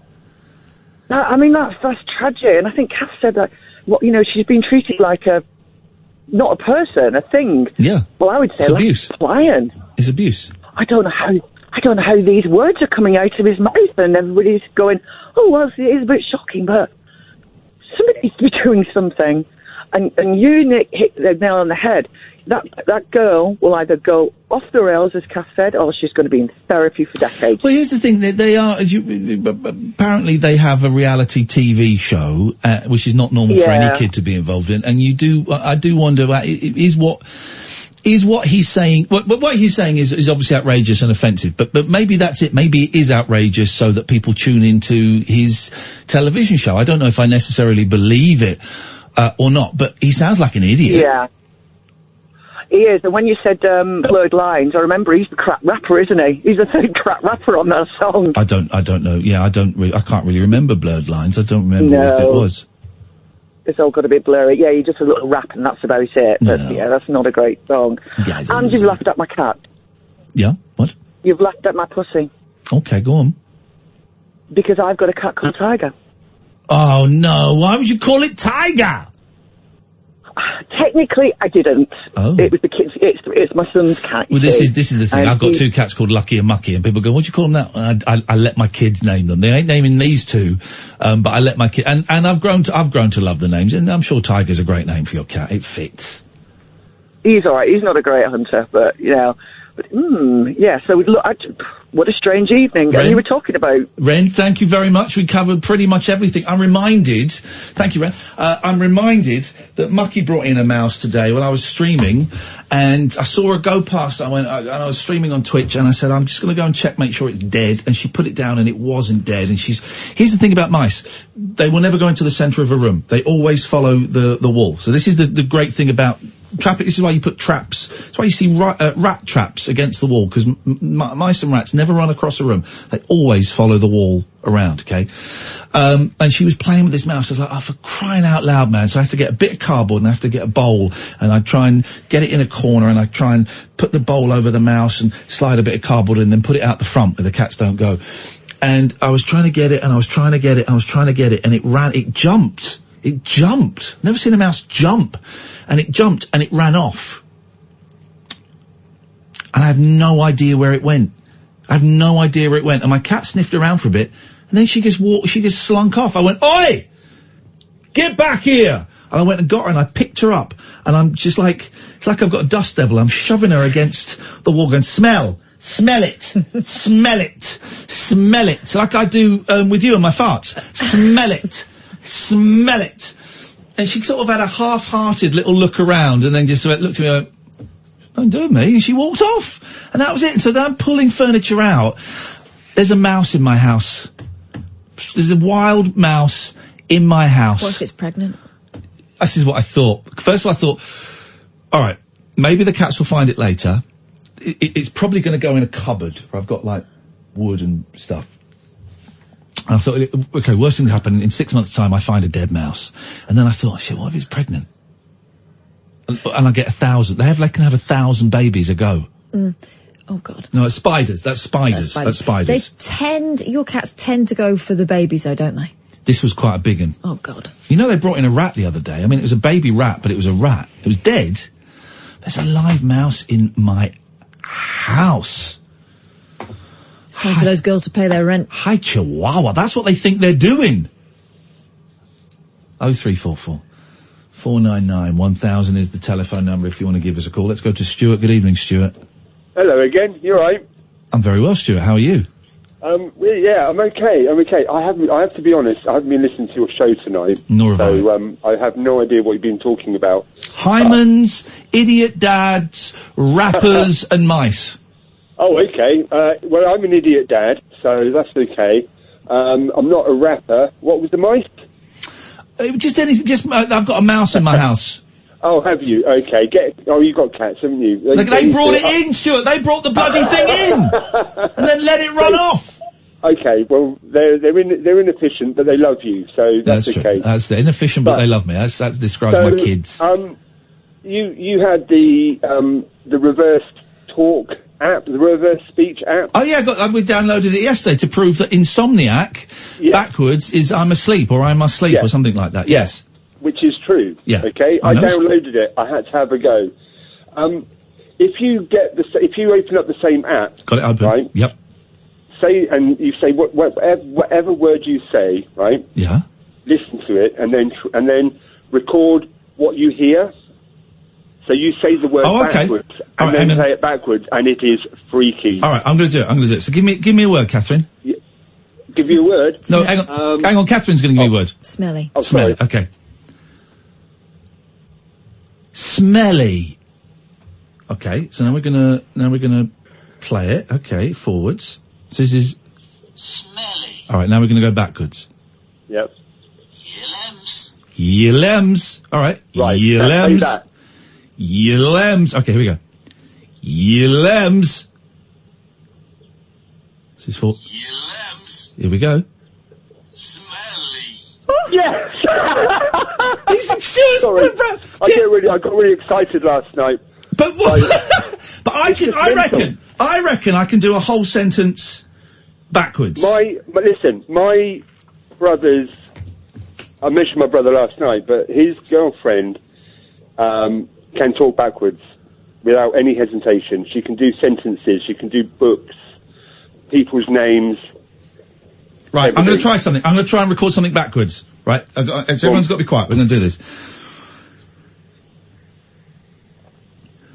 1, 2, chum, os, y, tie, ya.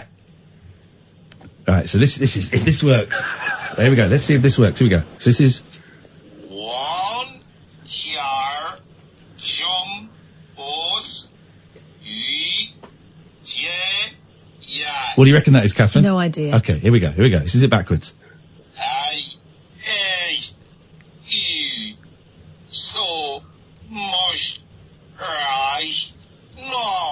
Do you get it? I hate you so much right now. Yes, man! Yes, man! How on earth did you know that off by heart? I've written down I hate you so much right now, and I used to speak backwards. There used to be a guy on the adventure game, Doogie Rev, who would speak backwards, and it became a thing at school. We'd all speak backwards. Yes, with Grandad. What? The adventure game. Oh yeah, with the Granda. Who was the barn. Hang on a minute. I'm going to try another one. All right, I'm going to try another one. Here we go. Oh, no, shut up. Shut up. I'm trying to... Flame. Yeah. See. Thack. Oh, I know it's going to be something to do with me. Why? Thack. Okay, here we go.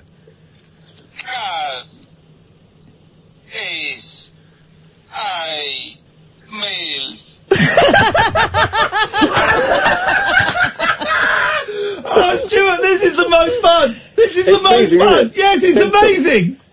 I'm going to thank Stuart, mate. Thank you. Kath, have a go. No. Oh, this is the most fun. Write down a sentence, and then you've got to have a quick break. Write down the sentence. This is the most fun ever. Oh, this is great. I'm going to entertain my kids with this. 0344 499 1000. This is Talk Radio. The radio show for people who know the best part of the day is the night. The Late Night Alternative with Iain Lee on Talk Radio. I'm just having fun recording stuff backwards. So Kath's going to have a go. So you're going to say it backwards. Uh-huh. You've got to just tap that, and then it will go red. And then when you do it, do you start with the last word first, right? Yeah. Just checking. Okay, here we go. Don't be horrible. What do I press? You press the microphone and just tap it, and then let go, and it will be recording. Here we go. Okay. Here we go. Kid latot asenia. Okay, well, it was something about me being a dick. Something about me being a dick. Got that much. All right, so this is what you recorded. Kid dick latot asenia. Iain is a total dick. All right, that's what we got. Let's hear it, am shall I right?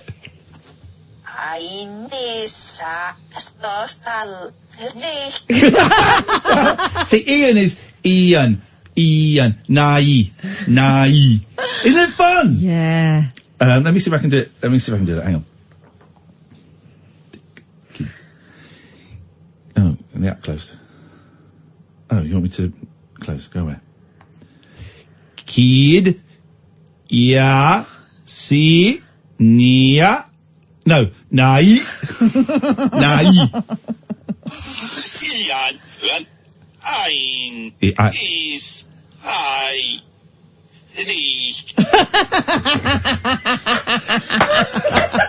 Iain. Oh, this is the most fun. This is the most fun. 034449911. Here's the thing, Catherine. When you have fun, Yeah. you can have too much fun. Can you? So sometimes you just got you got to temper the fun. Right. Here's Mo. Good evening, Mo. Hi, can I try the backwards thing? Yeah, sure. Okay. You ready to go? Yeah, I'm ready to go. 3, 2, 1, go. Nai demok dab asi nai. Okay. If you're trying to say Ian, it's nai. But let's go. Here we go. Let's have a listen. This is it backwards. Iain isap bat komedian. I didn't get what I'm supposed to be. Okay, can I do it again, please? Are you calling him a fat comedian? No, let me try again. Okay. We don't fat shame here, guys. Okay. 3, 2, 1, go. Nai demok dab asi nai. But why are you starting and ending it with Ian? Hello, caller. Okay, let's see it. Let's try again. Why don't you just tell him what this app is and he can do it in the 3, 2, 1, go. Naid imok dab asi nai. Okay. Again, I'll ask you the same question. Why are you starting and ending it with the word Ian? No, because the word starts with Ian. Okay, here we go. Let's here we go. Iain isap bat komedian. You're not good at it, mate. We can't work out what you're saying. Ian is a bad comedian. You should have got that. Well, first of all, I can only hear truths. Let's have a listen. Iain isap bat komedian. Oh, okay. Yeah, okay. Ian. Okay, I'll give you that. I'll give you 5 out of 10, Mo, which is the highest score you've ever had on this show. Well, yesterday I got an 8, I think. Not on this show. Yesterday on this show, you weren't on it. Well, when I asked you to put a song on, you said that was a wonderful contribution. It was a wonderful contribution by Chaz and Dave. Your contribution, on the other hand, was Pony. I'm improving, haven't I? You are improving, haven't you? Yes. Yeah. As the worse your English gets, the better your contributions are. Really? Has your voice broken? No, it's like, really? Your voice sounds deeper. Really? Not then. Then it sounded higher. But yes, your voice sounds deeper than it has done in the past. Well, thank you. Oh, it's just, okay, it's observations. What can we do for you, Mosif?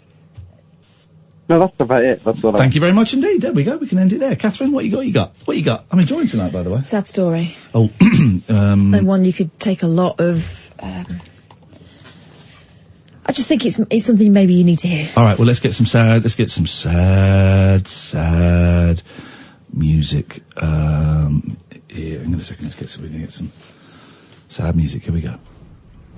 Oh no, hang on. That's not it. Here it comes. No, hang on a minute, guys. What is going on with the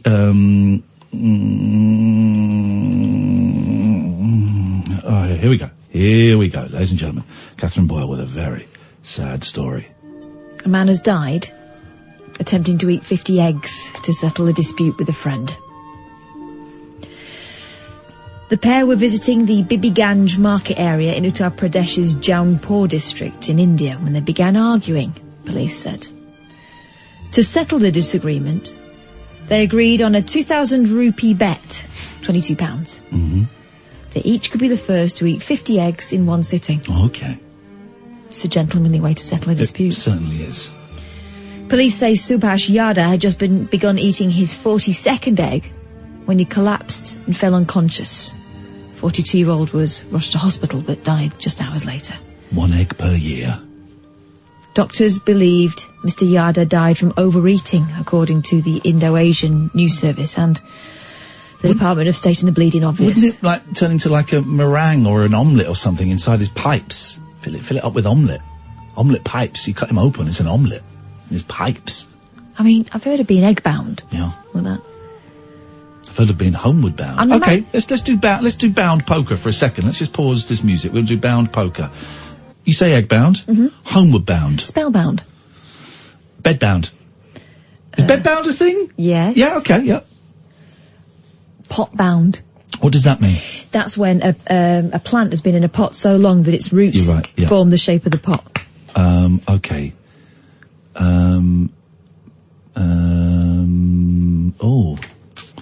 Oh, there's got to be loads more. Hang on a second.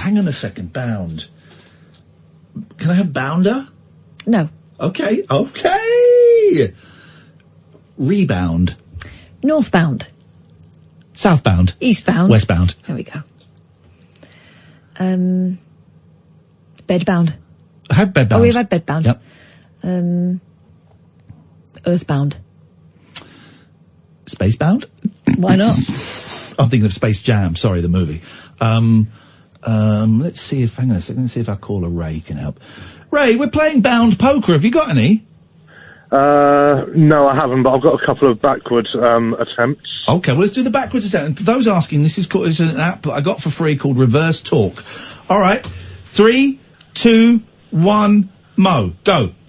Enough for Okay, enough. Sounded like he was saying enough already, but let's find out. Here we go. Let's play it backwards.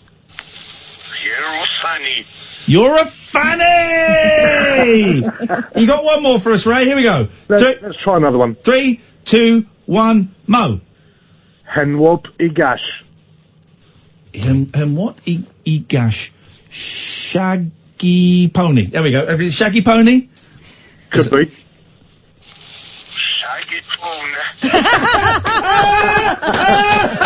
Yes, Raymond! Of all the years of your phone calls and of keeping track of all the music that we play and all your contributions, this is your finest moment. Superb.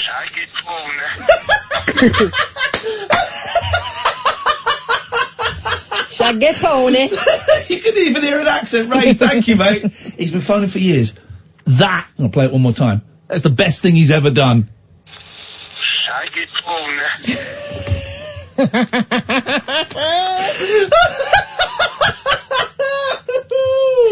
Bound. Toilet bound. Egg bound. We had egg bound. Oh, did we? That's how we started it.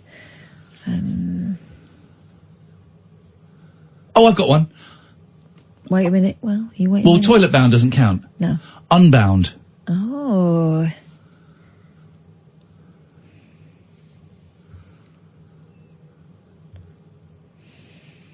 I think you might have won. Okay, let me try another one of these. Snap. Him. Tish. Ja.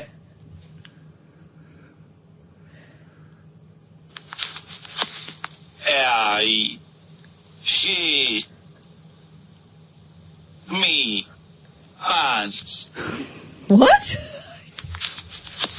Such a child. She. Me. Hands. They can't do me for it because I didn't say a swear word. They can't do me for it. Ofcom. Come on, Ofcom. Have a go. I didn't say a swear word. You can't do me for it, Ofcom. In your face. Please don't poke Ofcom. No. Please. Yeah, sorry, go on.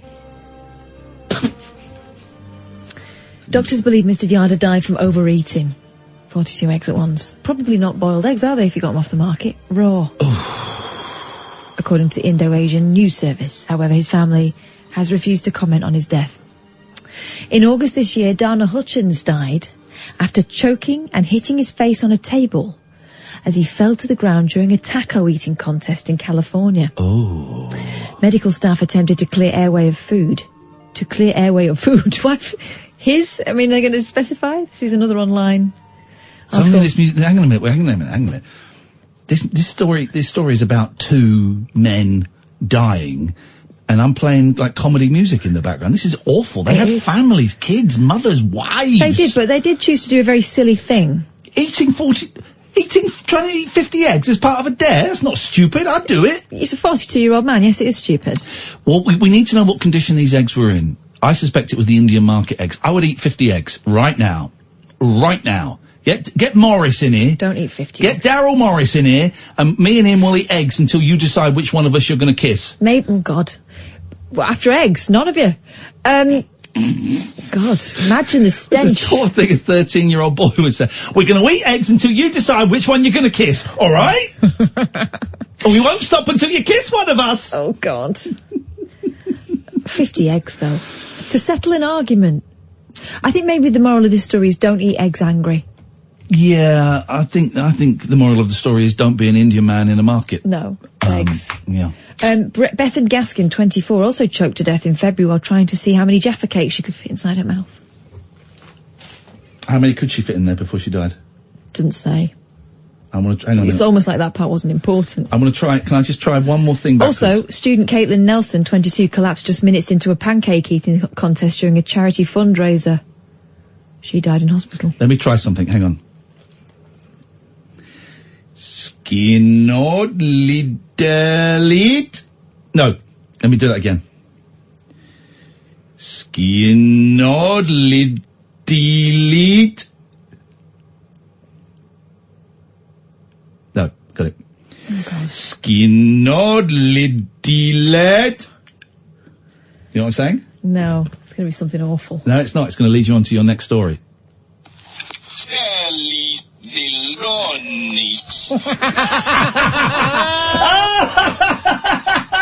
Oh, yeah, that's right, guys. It's time for...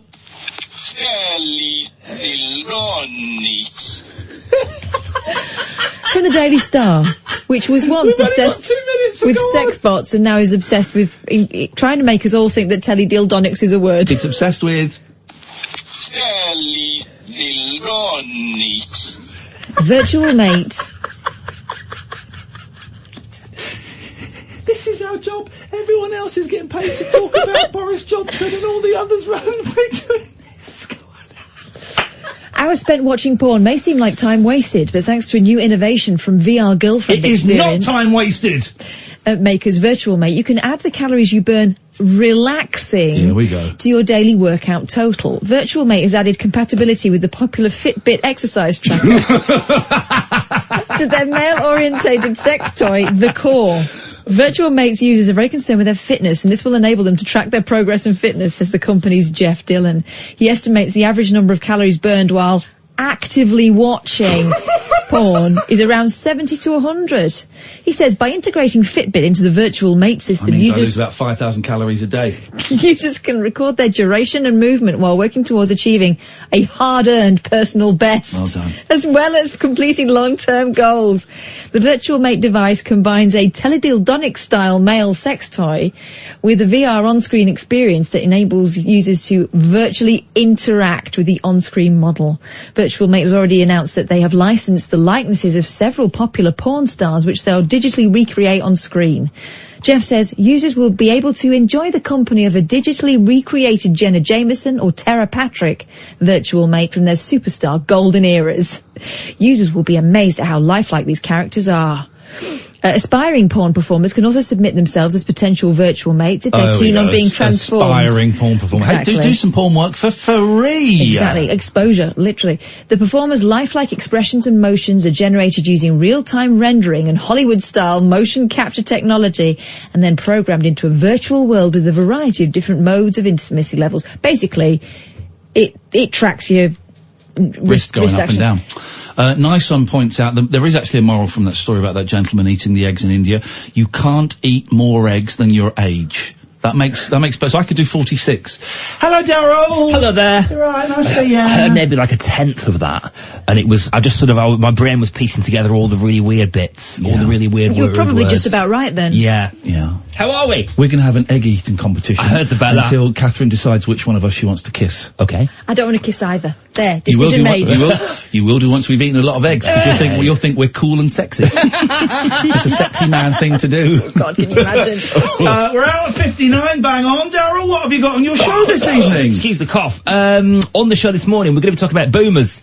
You a boomer? I don't think you're a boomer. No, I'm not really. a boomer. It's My like an parents. old man. It's like 60 plus, isn't it? It's people post-war, isn't it? Asking me if I'm a boomer. What are you talking about? Shut up, son. You never know, do you? Shut your face, son. You know, like Give you slaps. Special creams in showbiz and Give all you that sort of slaps. stuff. Daryl slaps. We're going to talk about that because apparently, OK Boomer has become a bit of a retort online for snowflake millennials like me, to sort of get our own back against the gammons. Like, sure you did, Grandad. It's basically that, isn't it? Literally that. That's exactly what it is. Yeah. Which I had your mum. Sorry, Kath, I should have told you that off air. That was inappropriate to say it right in the dying minutes of the show. Daddy. So we're also going to talk about that and the jousting the jousting ashes as well before 2. I love a bit of jousting. That's all coming up next week. Thank you, Amy. We're back tonight at 10. Do keep listening though. This is Talk Radio. This is Talk Radio.